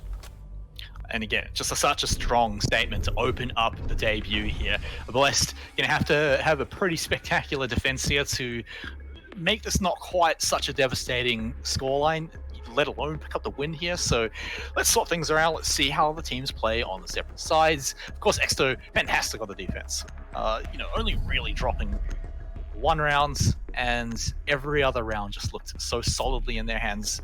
Maybe not that last one. It did get a little close, but once it got to the end, you could tell they had just an impossible position to breach with those 2 members remaining. So now that we're looking at the operators as they've swapped sides, what can you tell me, Cthulhu? Are they changing it up? Are they doing anything different? Defenders, Well, protect your bombs from looking at the kitchen setup, well, the roster is quite different. This time it's much more anchor heavy, but also much more flexible for the info gathering. You got the Space Prism that is going to be playing on the Echo that could potentially either play it out in a very kind of similar to the attacker's way to have it kind of as a live drone for the roamers, or better yet, just for the plan denial.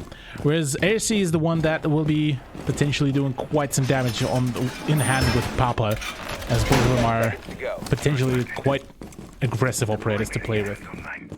Alright, well, firepower and plant denial. Sounds good to me, and it sounds good to Blessed, so they're going to be running with that more in their first round here on defense.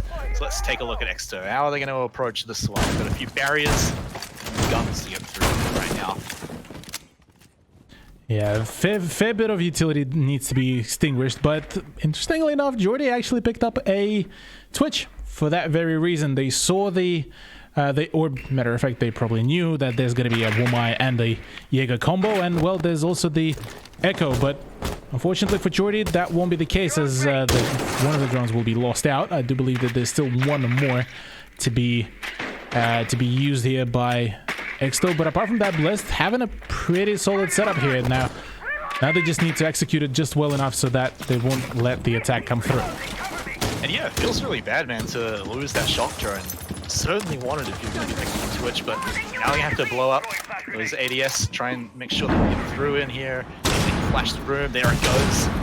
Flashes all over the place, but they're moving in through some of the rooms with the drones, spotting them out, but you're going to be losing them at the same time as well. Shoots has lost a little bit of health, but, well, he gets to camp this corner, and, well, it looks like they don't know exactly where he is, so he's going to be happy with that so far, but still, neither team to lose a player just yet. Yeah, plenty of pressure though is being applied onto Papa. Same as Hamio, as well as ARC is actually coming around to assist with the push, and Shoots actually is the one to open things up. Jordy to follow up on ARC as well, and that is already 2 of the roamers gone off the board. Hamio is the last man standing, and he will be able to actually pick up a frag onto Jordy, so finally trade him out. But Zoff is already hot on his tracks. She will be going in for the push. Michi wants to find that frag early on, but to no avail just yet, so Hamio will be able to bail out fairly scot-free, albeit that he did take quite a chunky amount of damage whilst at it. All right, well, Blessed, they've run the clock down a little bit, and they've got a minute to go. They've still got Ryan alive, which is going to be perhaps one of the more important things if he's still got those gas bombs. So they want to be able to deny that plant. Also, Space Prism, going to be able to deny some of that too if he's got those drones still sitting around. So it is a bit hard for Exto. It's not solidly in their hands just yet. Shoots as well. Has lost a fair amount of health, so he's going to be a little hard done by in some of these firefights. So 40 seconds, can they get it done? I just realized something. Shoots is currently sitting on 12-2. That is an insane scoreline. The 6 KD is nothing to shy away from, really, and certainly Exto are not going to be shying away from that either. Edpan finds a nice shot onto Space Prism, but all of the chaos is just being sown. Hamio is the last man standing, albeit does manage to pick up a double kill here for himself, and that does leave in a 3v1, 3v0. Exto, yet again, picking up round 7, and I do believe that that is a match point, ladies and gentlemen. That's right, so moving into the winning position here, Exto, I mean, if it was possible to make a stronger statement than Skyfire did in their round, Exto are managing to do it, and I'm honestly quite surprised because this is looking very one-sided. I mean, even in the later rounds, the ones where there are actually entry frags coming out from Bliss, they're actually able to pick up some of these trades, but But as it moves on, it still feels like Exto, even on attack, even as the round goes later on attack, they can still find just kills for free through these sightlines. Yeah, it's amusing how Exto seeming to be just one step ahead on some of these picks. Just some of the long-range engagements that we're seeing being engaged here by... I just realized how many engagements I just said in a single sentence. Exto are able to just keep things up, keep up the pressure, whilst not really allowing Bliss to really gain a whole lot of ground, really, or even just hold it for a fairly long while. So this is quite a showcase here for them, and potentially setting them up to potentially actually go for some of the top places. I wouldn't be surprised if maybe close to the end of the season or close to the mid of the season, we will be seeing them somewhere across the lines of top 4, if not top 3. Yeah, well, they're definitely giving you the biggest reason to think that. But hang on a moment, because Hamio is sitting here, ready to spawn pick. Although, is he actually going to find anything? There's not a lot of places he can actually find these shots, and you've got to wonder, do Exto actually know what's going on? Because he has not found anything just yet, and they actually even see him. They give him a little bit of a love tap, so he's at least not going to be falling down for that one. Yeah, for him at the very least, yeah, he manages to gather some information, manages to kind of maybe slow down the pace and force Exto to start droning, but I don't think that will really slow them down by a single bit. Shoots is going to be the one to entry with the drone from Edpan to come through, I believe, or from Michi. And we'll be start clearing out the top floor. That is where the site is, that is Hoka. And well, so far, just going to be waiting for the rest of the team to kind of coordinate the push from multiple positions. And Shoots is actually getting a lot of ground for free. It's taking a little bit of time because he's being cautious about it, but it's definitely working. He will be able to get through there. The question is, what kills is he going to be able to find with it? His drones are going to be coming out, and he's actually just going to stick that one up there for a little bit later, keep it for a rainy day. Doesn't actually need it to push any further, but he's going to have to make this peek here, and he's already looked at the corner where he should have been. However, he gets the camera out of the way. But Ryan knows what's going on. As soon as Shoots pokes his head out, but I think now he knows what's up, and he won't poke his head out. They gotta be careful around Exto, because they sure will be able to take quite a chunky bite away from you the moment you give them just a small bit. Oh, Papa is very close, and Soya is even closer right now. He got the pre-aim, but oh, so does Papa. Nice, fantastic play there.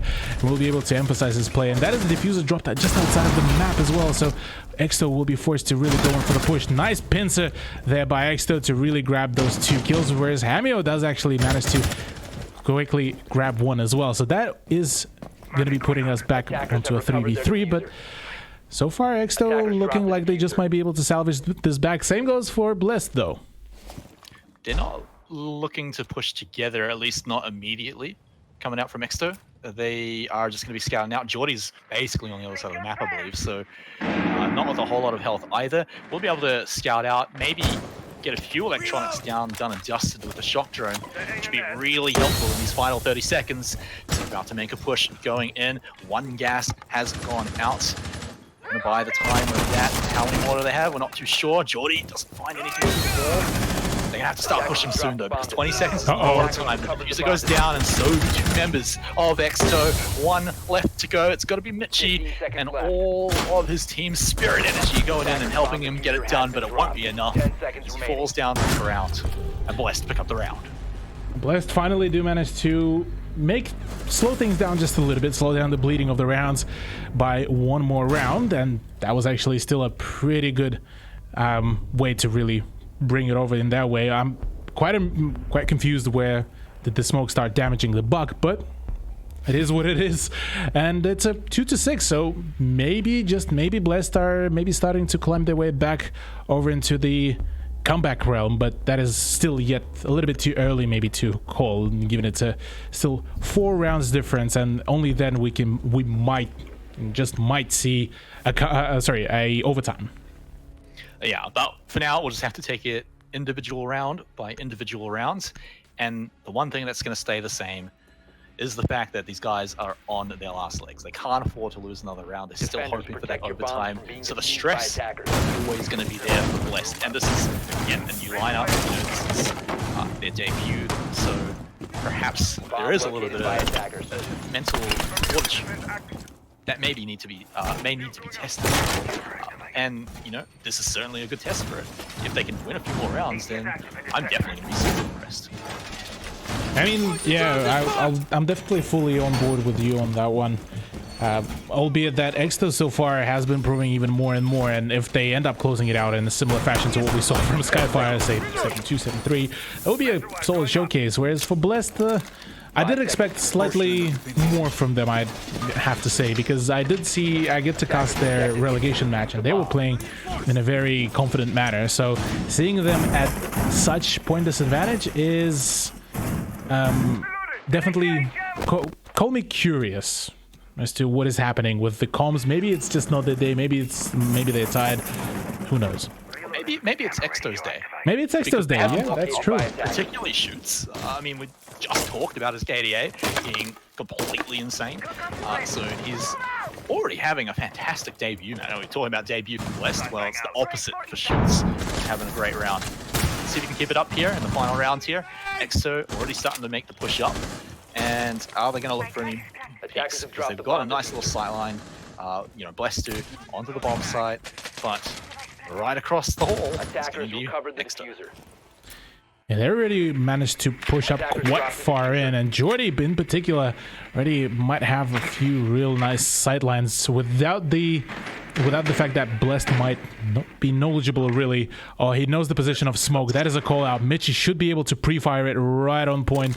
But instead, no, he just goes in by himself. He should be knowledgeable that there is one behind the bomb. No, he doesn't see the bomb chassis presence, but Edpan does manage to find the shot onto Ryan.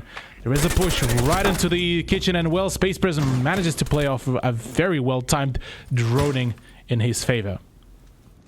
Yeah, so could have been a free kill there for Exto. However, well, Blessed keeping that one even, making it hard. And remember, Exto, oh no, look at that. Hamio, what happened there? Siege gods, please. What happened there? But Hamio just dabbed on Ash so hard that he nearly jumped into a Shadow Realm. But talking about Shadow Realm, that's the ultimate dab. Yeah, that's the ultimate dab, yeah. So yeah, does pick up a frag onto Papa. That's the Jaeger off board, and they still need to get rid of Hamio, who's been given pretty much a carte blanche in the kitchen. Yeah, speaking of carte blanche, Mitchie, just gonna go ahead and plant a diffuser, by the way. You know, just saying. He's planted it down, and now, you know, we thought they were running out of time, perhaps, but Exto now put the pressure on the Blessed, and can they get it done? It feels like not, because Edpan now going to be the one picking up the double kill. Still 2 more to go, though. He's still got a decent position. Can they get it down? Triple kill now for Edpan. Can he make it the quad? Someone picked that one up, and Exto is going to win their map number 1. Sure do. 7-2 scoreline. That is yet another very confident statement and a scoreline to come out, this time from Exto rather than Skyfire. And oh man, if this is the way how things are gonna go from now on, I'm genuinely gonna be watching out for Exto, because they planning to make quite a few statements here. I mean, look at this, 12 and 10 for Shoots and Mitchie. That's already quite something to prove here. Yeah, and Shoot's got 5 of those kills in a single round, like round 2. Oh, yes. So Mitchie certainly came back near the later end of the stage to really clean it up and keep going. So what a really strong win. If we're going to go on the same trend, then you'd imagine that Exo are going to pick up map number 2 here without too many problems, kind of similar to how Skyfire did. If we go back and have a look at the map videos, let's take a look, because who actually picked the first map? Here it is. It was picked by, I believe, Blessed. I think it was Blessed, but if that's the case, that is an issue. Because if Exo are the ones that picked the villa, that is I'm going to be having a few questions about Blessed future. Apart from that, I mean, they so far did a pretty well coordinated job at playing it out, albeit that some of the rounds, the ones that they did lose, and there were a couple of rounds that they just barely won, were quite questionable, where they seem to have made some overly confident pushes. But yeah, we'll see how things will go from there. Yeah, I think we saw at least on defense, a lot of confidence coming from Exto. But when they move on to attack, it suddenly becomes very slow and methodical and very careful and patient. And so it's very interesting to see such a wild difference in, you'd expect to see a slow play on defense as well, but these guys are aggressive and I like it. So we're going to head to Villa now, guys. It's going to be a chance for Blessed to come and redeem themselves and make their way back up. But however, I believe Exto are going to make this all but impossible for them after that first round. Oh man, yeah. Well, we have seen in the previous matchup that a single ban pretty much turned some things around. So I'm curious whether Exto will be able to pull off something similar here, or rather maybe Bless will be able to make a comeback here and actually draw out the map count here. But the first ban to come through is surprisingly IQ, even though she's one of the rather more used operators here on Villa. Yeah, I mean, it was banned out in map number 1, so perhaps they just don't like that operator. Just take it away, get it off the table. Thatcher's another one like that. A lot of people just don't like Thatcher. Get him off, throw him in the bin, and never see him again. Yeah, it could very much be the case. Kind of, maybe she's going to be becoming that more of a recurring ban, like you mentioned, similar to Thatcher. So that duo of the electronics denial is certainly a solid idea to get rid of. Yeah, so I mean, one more ban to come out, but it's not looking like anything too crazy, right? I mean, we see these operators banned fairly often, so it's kind of predictable. We don't expect to see too many target bans, at least in the early rounds.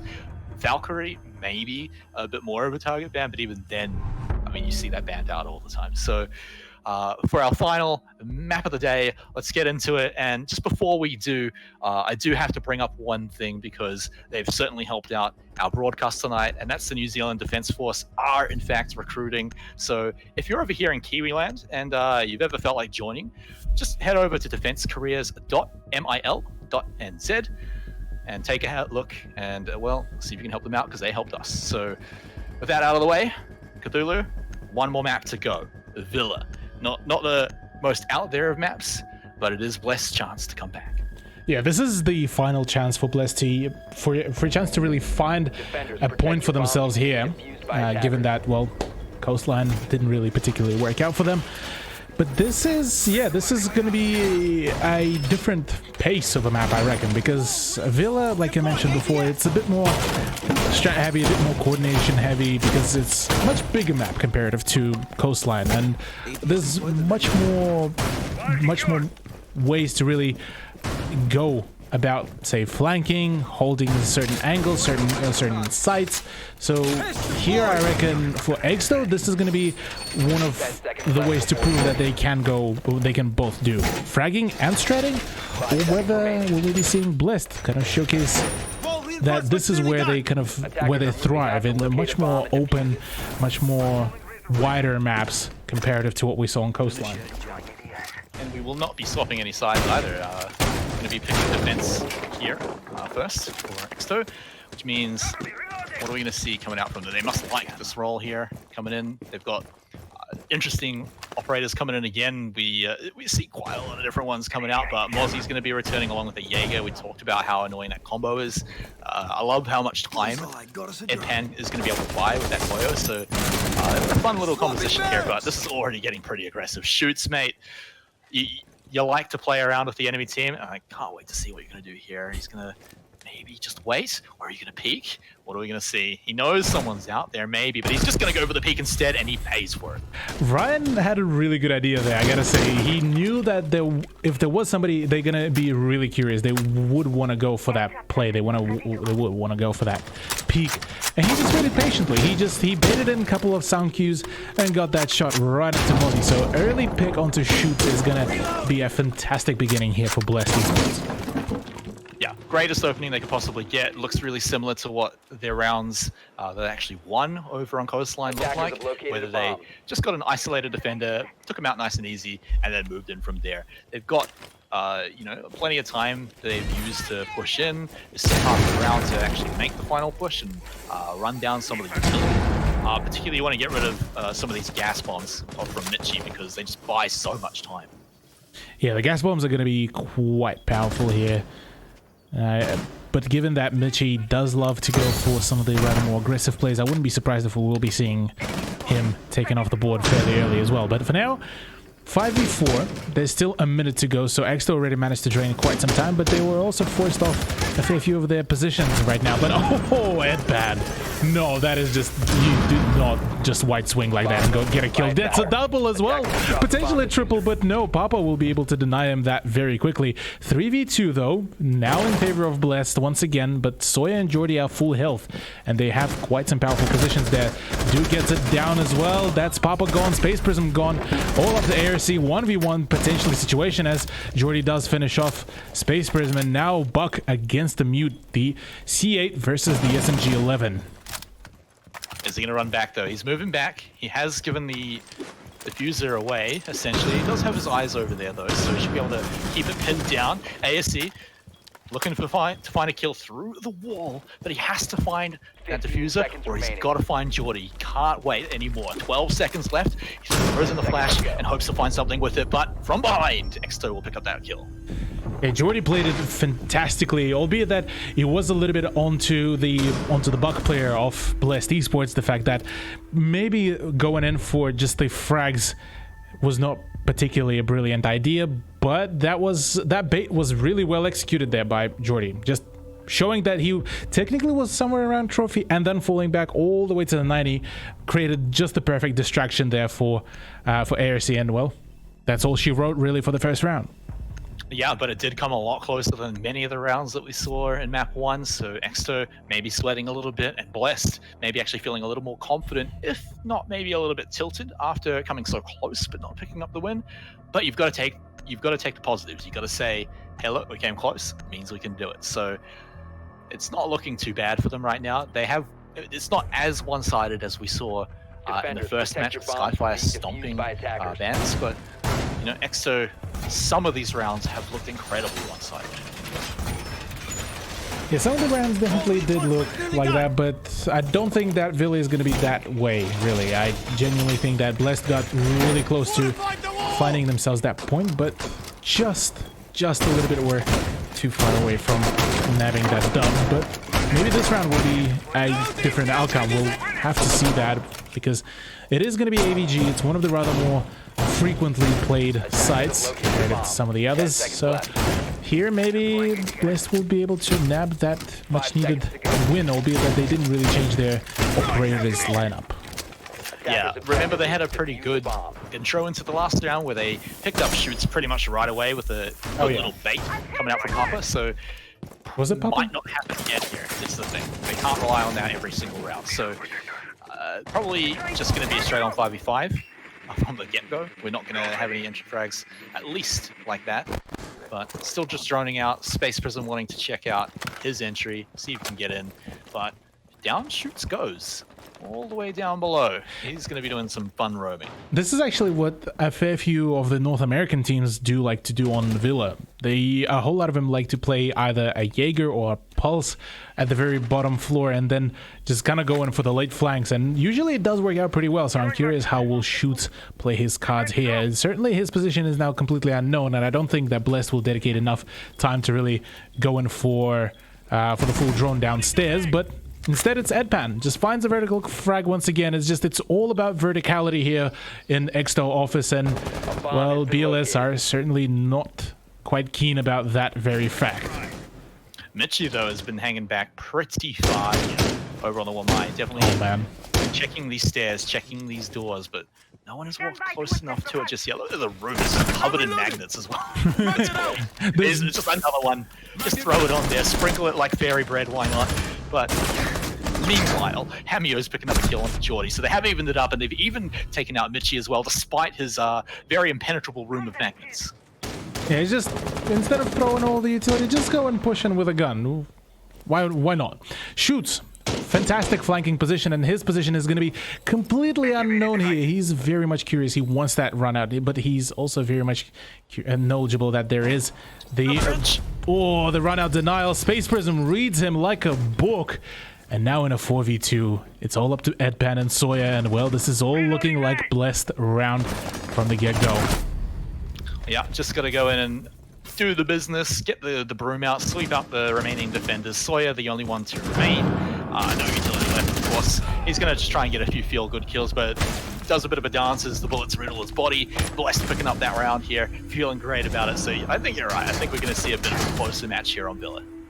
Oh yeah, most definitely. It's already a draw, so it's definitely starting to look like we just might be seeing Blessed maybe make an effort to actually bring this map into their favor rather than giving it away to Exto, but maybe it's a little bit too early to speak about that. For now, it is dining room and kitchen, usually the tertiary side, which is usually being left out whenever you have, say, a perfect set of 2 rounds already going for yourself, but this time no. Exto just prompting to keep on switching the rounds no matter what, whether it's a loss or a win. Just swap it out. Why not? Have a little bit of fun. Variety is the spice of life. Maybe that's Sure what they're is. looking for. Protect your bombs from being defused What by Blessed are attackers. looking for, and something I've picked up on, is that Shoots is kind of like a little bit of a, it's going to sound a bit mean, but like a little bit of a rabid dog. Like once he gets his target, he goes ballistic. You know, he'll win for sure. However, you can bait and manipulate those rabid dogs. You can sit by the window, make a little bit of noise, and make him peek out, and it's worked 2 rounds. So does Shoots get baited by it again? Let's find out. Yeah, that's definitely going to be one of the headlines here, especially within this round, because dining room and kitchen, you can go for a fair few of the peaks. You have to hold upstairs as well, so there's going to be plenty of real estate for Shoots to really take up here. But interestingly enough, there's quite a few doorways actually closed out by the castle, and that is actually quite interesting to me, given the fact that, well, you don't usually see a whole lot of offside castle barricades, and, well, rather, you don't really see a whole lot of teams barricading too much around their surroundings. So it's a fairly clever way for Exto to really utilize those barricades for the sound cues, to slow things down, maybe just to force even Blessed to spend just those extra few seconds to really go in for the drone and for the room clear. Yeah, and they're just making their own doors too. Just, Yeah. fragging the wall, making sure that they can do the rotations while still forcing Blessed into positions that they want to go to. Meanwhile, we've also got Geordie now on the pulse, so, you talk about the vertical play. He's definitely going to be able to hang out Bomb underneath a few located floors, by attackers. find a few C4 kills, see what he can find, see if he can be that cheeky, because he's also very, very close to where Blessed are going to be coming in, and look at that. Look at that. Just see them right there. He knows exactly what's going on. So he's just going to wait and see. Let's see, he shall, albeit in a little bit of an open position, and that is exactly what Hamio was waiting for. Geordie to go down, and that is the pulse. That is one of your most important info gatherers as well for the vertical play, but it doesn't seem like PLS are really bothered about a vertical play. They're just gonna send it right to the side, and, well, why not when Exto are pretty much providing them all the goods. Yeah, they get the drone in there and say, all right, boys, I don't see anyone. Looks pretty clear. Oh, hang on, mate, there's someone. And they get exactly the information that they were looking for. So, unfortunately, the drone was pretty far back, so they can't make too much of a play. They are trying to find a shot here. Papa has taken a shot in the shoulder, but Sawyer, meanwhile, picking up a kill to even things up. Now looks okay for it. So, tries to go for the other angle through the door that he opened up. Finds the peak, but no, it's going to be Mitchie to turn it back instead. Now that defender's advantage starting to come into play. Yeah, the big advantage is coming through. Sawyer, hello. The vertical play once again comes through. Exto is just continuously keeping up the track. The moment they allow to take a small bite away, they just chunk away the whole kilometer here. It seems that as Mitchie does manage to find another shot. Exto to get back into the lead, albeit by a single point, but nonetheless a lead here right now. Man, it got a little bit dicey when they lost their pulse right at the start. Geordie, again, being kind of baited out into the kill, kind of similar to what we were saying about Shoots, but they still bring it back. They still come back there. Thanks to, of course, picking up a trade back. It wasn't exactly in the same firefight, but evening it up to a 4v4 was great. So here we go, coming in. Another 2-1 lead now, coming out over for Exto. They're feeling pretty confident about it, but Blessed are coming stronger into this one. Even these rounds are coming closer. Yeah, the rounds are definitely looking much better here for Blessed, albeit that not all of them are going in their way, but like you said, it's definitely much better, much closer comparative to Coastline, and, well, this is already showing maybe some signs of progress here. At the very least, at least for me, if they're gonna get at least a round higher than the coastline, that's already a progress. That's already a good start here for Bless, and potentially their kind of beginning of their learning curve here. There's just no respect for the culture here. They just put the wall up, make the painting fall down. Why don't you just shoot that painting too there, Jordy? 10 seconds left. Just take it out. Who cares about the arts? But the point is, I guess he gets the defensive wall up, I suppose, you know, against Bless, stopping them coming in. But here we go, Bless looking to even this up. They don't want to fall behind again, certainly. I mean, they only picked up 2 rounds in the first map, so they're halfway there to at least getting back to where they were. Getting back, well, defaulting back to the site is not a bad idea, really. Just if you're feeling a little bit threatened there on some of the rounds, why not just fall back? You still have very much of a castle-like setup there for Exto, so not a bad idea to really just default. If you're able to drain sometime, it's already a good beginning. ASC will be forced to kind of just take his time, really, because his drone ended up getting muted, so maybe he will be thinking that there is some presence in the kitchen and dining, and well, that could very much be the key, but it's so far it's just outside presence, I believe. There was one silhouette that I saw on the ground floor, but apart from that, really, Papa is being very cautious about those vertical picks, vertical holes, because last time it happened, well, he bit the dust.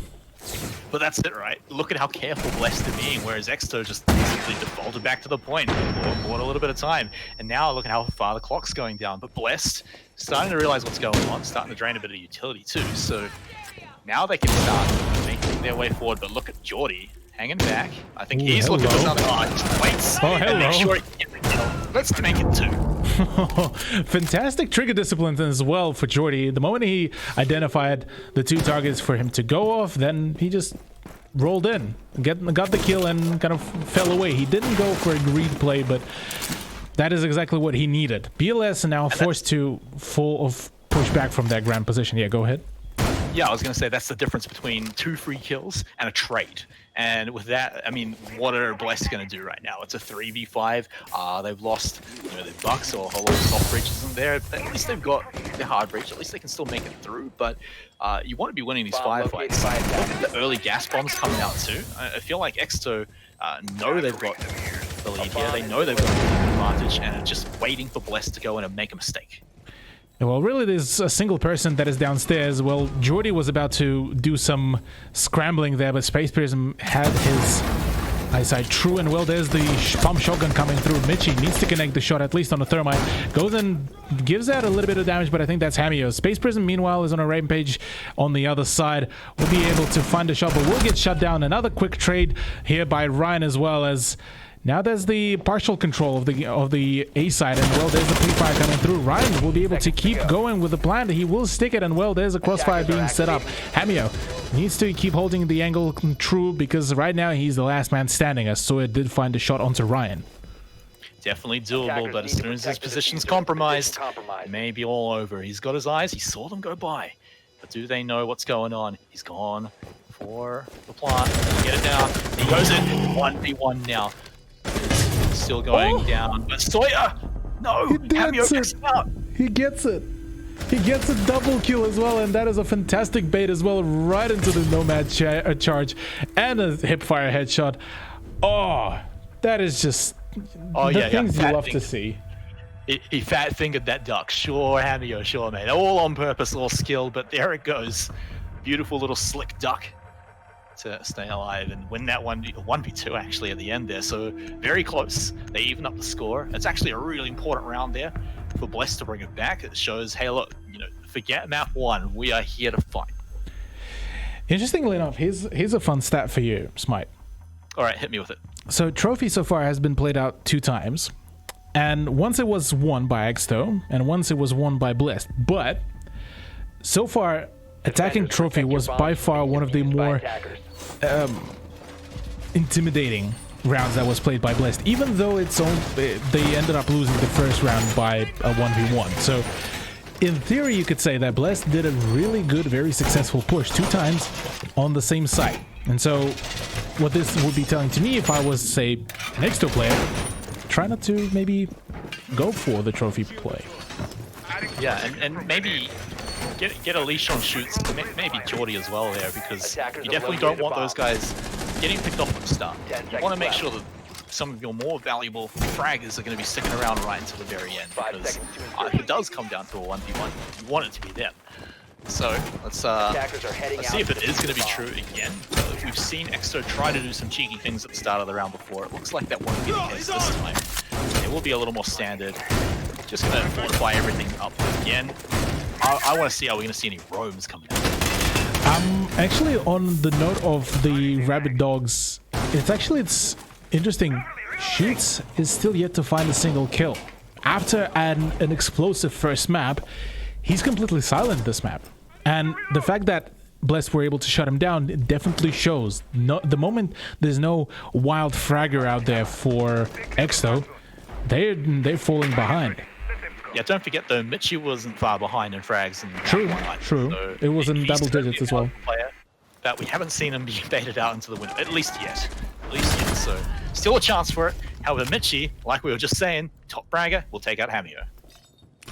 Yeah, Reddy finding a very nice shot onto Zofia is a solid performance here. But right now, the next one should be on board is either Heresy or Space Prism, really, because those two operators, their utility is extremely powerful, and if you can take them out fairly early, that's a solid beginning. But Papa right now contesting, actually keen to contest all of those vertical angles, and rightfully so, will be able to find a shot onto Edpan, Space Prism to follow up as well, and that is already just an absolute snowball here in favor of Blessed 4v3.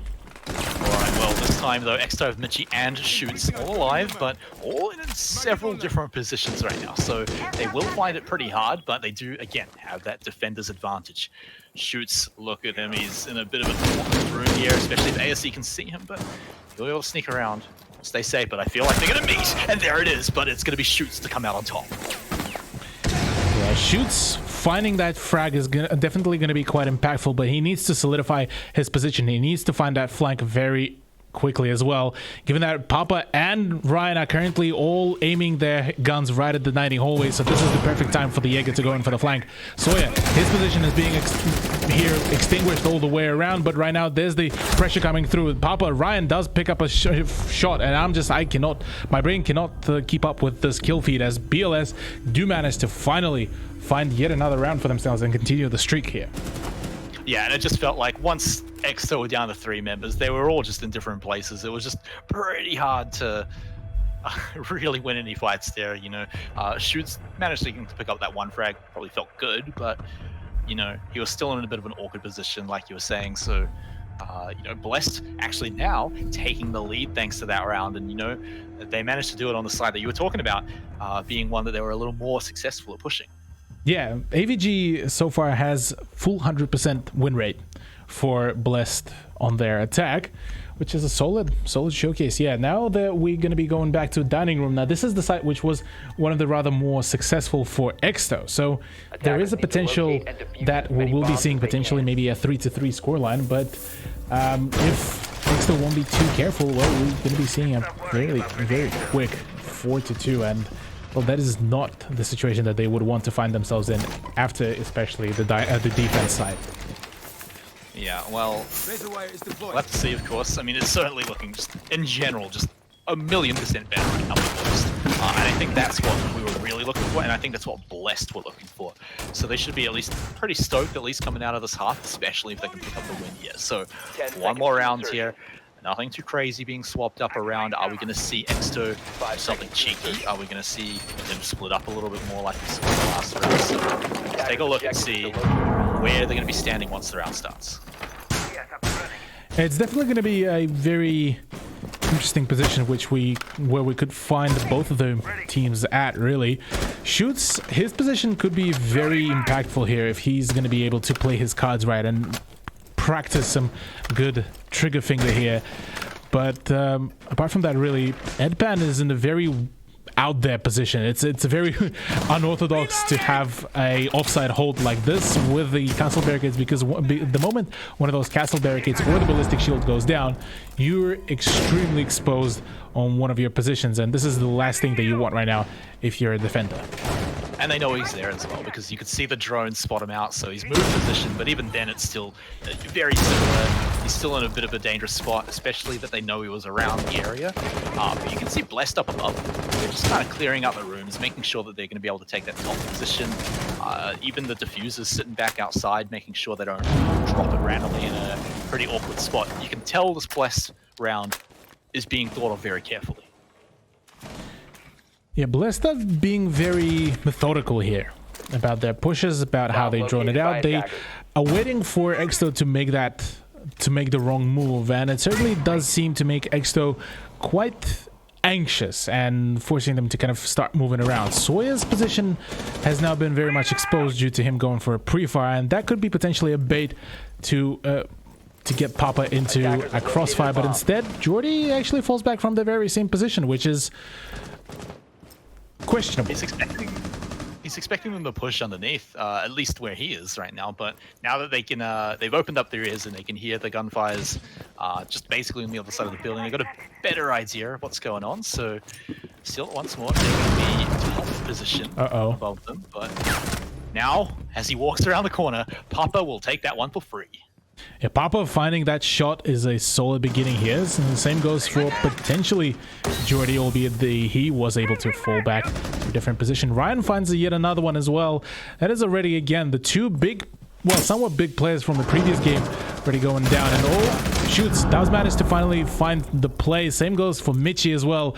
That is already a great beginning, given the fact that Exto still have presence up above, whereas BLS no more. So now all down to Papa and Hamio, the fragging duo, the fragging duo of the operators as well, will need to come through here.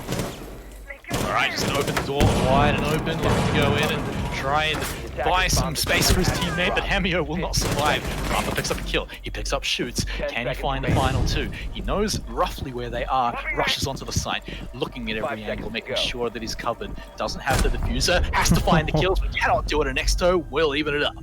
Bodied is gonna be the end of the round here, which will be closing things out for the first half onto a 3-3 scoreline, which is not a bad thing. This is by far already a much better performance here by Blessed Esports and a much closer game than probably what Exto has expected after Coastline. So now with them going into the attack, now it's going to be the big question for me here as to whether Blessed Esports will be able to reinforce their position and play it out really well, given that they were able to take out, I believe, 2 rounds during their defense on Coastline. Actually, let me check that one for you.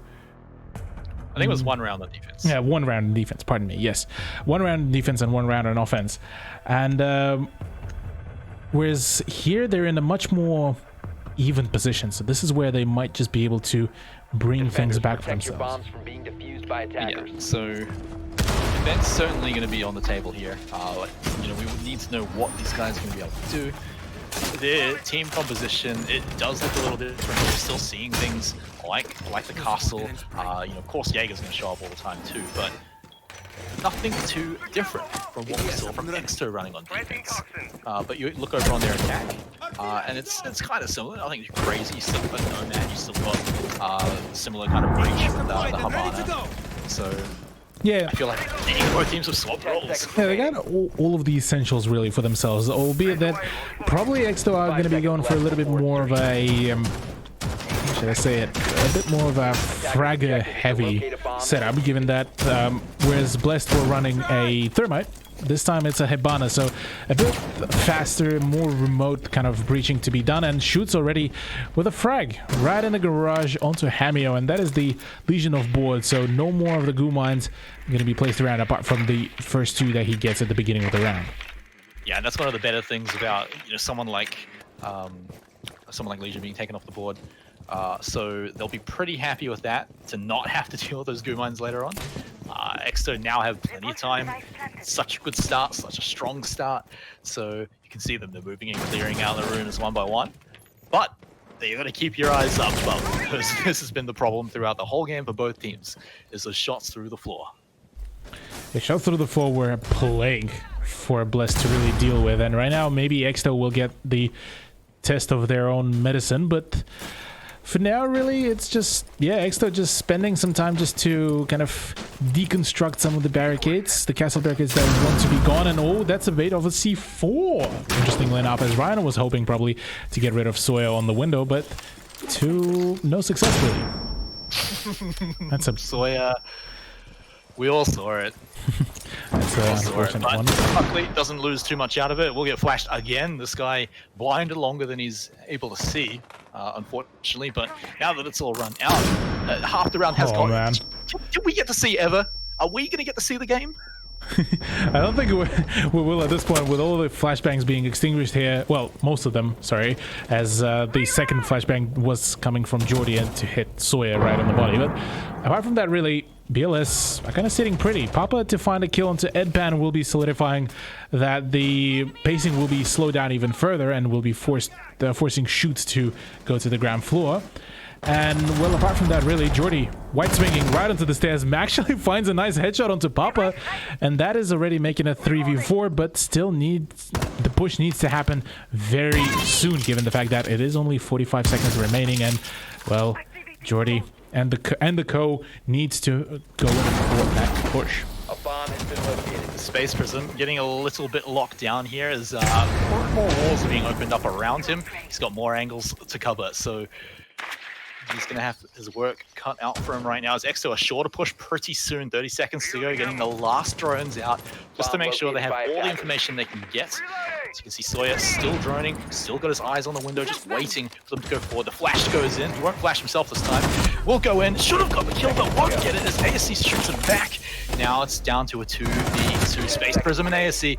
Well, let's make that the two-man duo. Actually, Space Prism's already down, and, well, Exto finish it up to pick up round 7. That was a bit of a shaky performance here from Exto, given that, yeah, at the end they were the better fraggers comparative to Blessed Esports, but what Blessed had in mind was genuinely a good idea. They had a solid setup. They were waiting for Exto to essentially make that move, to make the aggression and play off that, and nearly managed to work out. Unfortunately for Ryan, just couldn't really connect the shots on the TCSG, and well, that was his downfall there, and for his team to really lose out at the end of the round. So 4-3, still once again only a single point difference, and we saw that are plentiful already throughout the villa, so I'm not particularly expecting yet any kind of big streaks to come out from Exto. But what I am expecting is for Bless to kind of start making maybe a pushback again and push it into a draw once again. Yeah, and the big thing as well is that both that individual round didn't look terribly different to what we saw in the first half. It was still quite close. Both teams not super far ahead of each other, so that means that these guys aren't like super gods on the other role. It's not like they've got the specialized defense or attack. It's just looking similar, at least for that round. At least for that round. So we might see something different coming in, but Blessed, they got close on the defense, but Exto, like you said, it's just the fragging.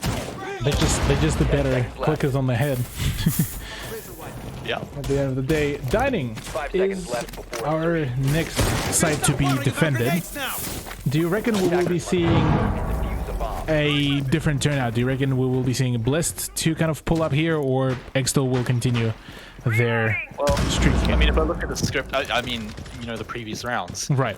It's gone back and forth, right? They've managed to even it up pretty much every single round. So we've only seen one round of Blessed on defense, so that's the thing. We don't. Yeah, that is a good point. We don't have a big sample size for it just yet. So I think once we get 1 or 2 more rounds, we'll have a much better idea. Yeah, that is a solid point. Yeah, they only did showcase us a single round of defense, albeit it was a very well coordinated one. But for Dining, I mean, this was so far one of the rounds that was rather won on defense by Exto. Both of the times it was a very convincing turnout, but here this time they are on offense, but technically they would have a pretty solid idea how to attack it now that they know how to defend it. If they play their cards right, they just might be able to find themselves the play. And Shoots is really a solo player. He tried to pretend he was somewhere else and then run into the complete opposite direction. Looking to see if he can get an entry frag here. He's found some defenders, so he knows what's going on. Will he manage to get anything? Jordy also all on his lonesome here. These guys certainly living by the social distancing here. Mitchie will pick up a kill onto Papa, and that should open up the door right now for Exto to get in there and make the push pretty soon. Yeah, Papa was one of the rather key players and key fraggers for BLS, so seeing him going down fairly early into the gunfights, it's already a solid performance here. But right now, Ryan and Space Prism, Space Prism has been spotted. Ryan has a very powerful position, really, on top of the tables and on top of the bomb chassis. So right now, they should be able to find some really good peaks, but Ryan instead does find the shot onto Georgie, proceeds to go in for the push by Mitchie, and then, oh, there's the trade, and Hamio does find a shot onto Shoots. And so many shots, so many shoots being exchanged that right now Hamio does manage to find a double kill. Same goes for Sawyer. He continues the rampage, but right now Mitchie is so tagged up that he needs to be very wary about the position of both Hamio and ASE. Really messy push coming from Exto, but they've managed to get the plant, at least right now, as it's going down by Mitchie. Well, you managed to complete it. It looks like it's going to go down. So now the pressure over onto Bless, and well, they've only got one person left as Mitchie cleans that one up. It's all down to Hamio right now. Not a lot of health on Mitchie, so if they can find him, it's going to be a great start. But his position has been given away. They know where he is, and that timer going down is going to be ticking away, and he knows it. So pressure is super high for him right now. Exo, are they going to get aggressive or are they going to hang back? Well, Hamio doesn't have that option and has to go in and pays for it. Pay he will, and well, that's a 3-round streak already so far going for Exto Gaming here. Given that, well, Dining is once again will be keeping its 100% success rate for them, whether it's on defense or offense. So 3-5 scoreline. Already only 1 round away from a match point, 2 rounds from passing yet another dub here for Exto. Whereas for Blessed, it's a bit of a fallback here, considering that they had a solid beginning to some of the gunfights. Ryan did a phenomenal job at trading out some of the kills, but further down the line, him and Hamio just weren't enough, really, here to stop the Exto onslaught. Well, what I saw was the fact that Exto just got to go in, not even as a group, very much individually, surround many positions of Bless, pin them down. You can see Ryan at some point was hiding, cowering in a corner, and Exto knew exactly where he was and managed to flush him out. So even then, though, the push was a little bit awkward as we saw go in. They didn't exactly aim for that angle, but that said, though, the fact that they were able to do that very individually, I want to see Blessed kind of push back on them a little bit, see if they can not just let Exto get whatever position. Yeah, denying Exto of just any advancement will be the prime objective here for Blessed right now. And this is exactly the setup that they're looking at, really, given that, well, I'm not too sure what was the reason for taking down that castle barricade, but hey. You wanted to feel like a badass. Maybe it was, yeah, maybe that's the case. And instead, the castle barricade will be utilized to close out the dining, which is actually going to be the site. So quite a fair bit of the utility being actually put down by Blessed on the top floor. So we'll see how this one will be played out here. Oh, manages to spot out some feet, I believe.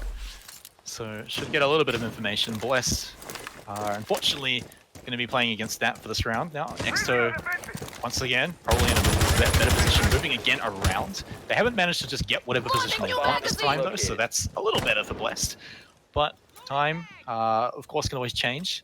At least this time you've got like 3 members of Exto very close together, Sawyer and Edpan. These guys are basically roaming on attack here. They should be able to find some pretty cheeky little kills, and if they do, expect the round to go over pretty easy to Exto. Yeah, well, that's quite a fair bit of ifs here, Smite. Yeah.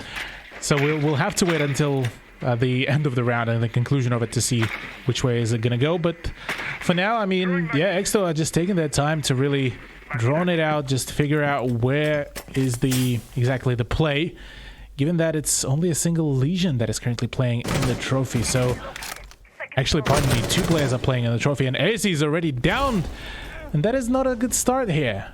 Blessed, you need to be just a little bit more nimble on your feet, and just as I say that, just as I start roasting them, it's a double kill for BLS.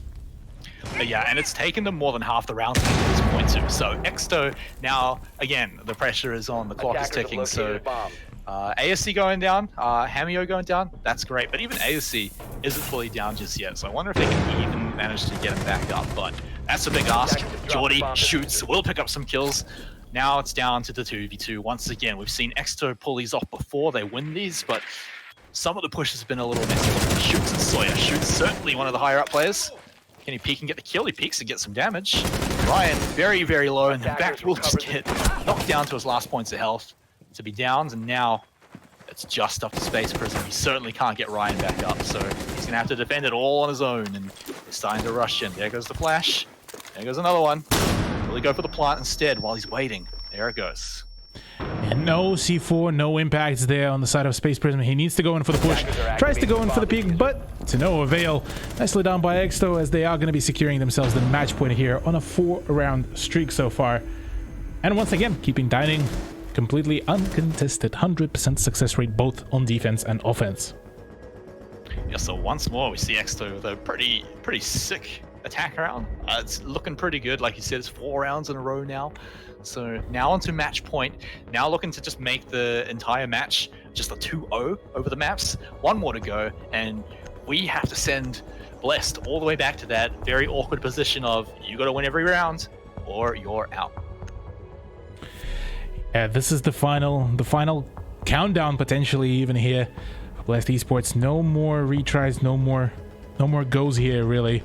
So we'll see how things will work out from here on out. Aviator and Games will be potentially the final place for the battle. Attackers need to locate and As long as they've noticed that the way Exto spread out throughout a lot of these attacks, West should be able to find a way to just pick off a frag and actually get it for free. If they can find someone like, say, Geordie, or sometimes Shoots roams around on his own, if they can find one of those players just roaming around on their own, that is how they come back into these ones. And it's not like Exto are changing that up, whether it works or not. They've been doing it pretty much every round. So if Blessed can find that, that's their ticket back in to get that free frag at the start. Yo, hello. Ooh, hello there, yeah. 10 seconds remaining. Should be an interesting beginning here for 5 seconds to Exto, given that, well, so far they're going to be riding on a high note here, but we saw how many times Exto fell for their own, not pride, but probably overconfidence will probably be the right one. I want to say keenness to get more kills. Yeah, it could be Desire. that, yeah, the That's what it bloodthirst. Yeah, bloodthirst is definitely out there. Oh, there's the peek, but caught off with his pants down. That is a fantastic peek by Geordie, as Shoots is even a little bit confused.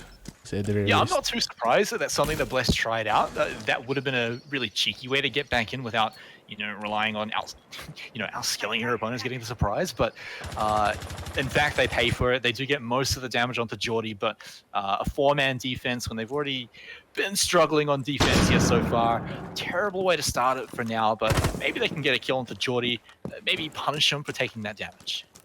Yeah, this could definitely come through, and Geordie will need to be a little bit more cautious maybe going into the next firefights, but he still has plentiful amount of utility, and there's full control of the ground floor, I gotta say. So here for Blessed, they will be probably sitting around a little bit almost too careful maybe for their hold here, because yes, while Hamio is down, and that is one of their rather more of a star players, there's still Ryan, and he was doing quite some wonders there, I gotta say, with the TCSG, with the angle grip and the ACOG nonetheless. And from my personal experience, it is a very powerful gun that is very hard to control with the angle grip, unless you have some of the one-times sights, and that is not the case here. So props to Ryan.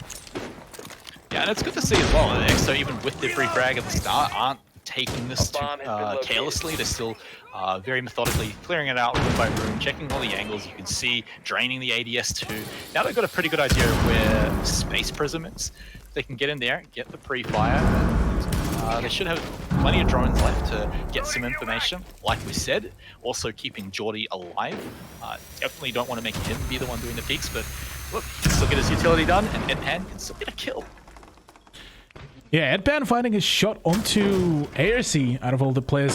This is going to be huge. Shoots so close here to yet another engagement, but I'm not too sure if he's knowledgeable. Oh, he does manage to find space, but no, he wins the shots and does manage to finally figure it out. And well, 2 players remaining to hold Blessed for potentially contesting for yet another round. Ryan falls down all up to Papa, and Papa will be falling down. That is a GG. Well played, ladies and gentlemen, and well, a 7-3 scoreline.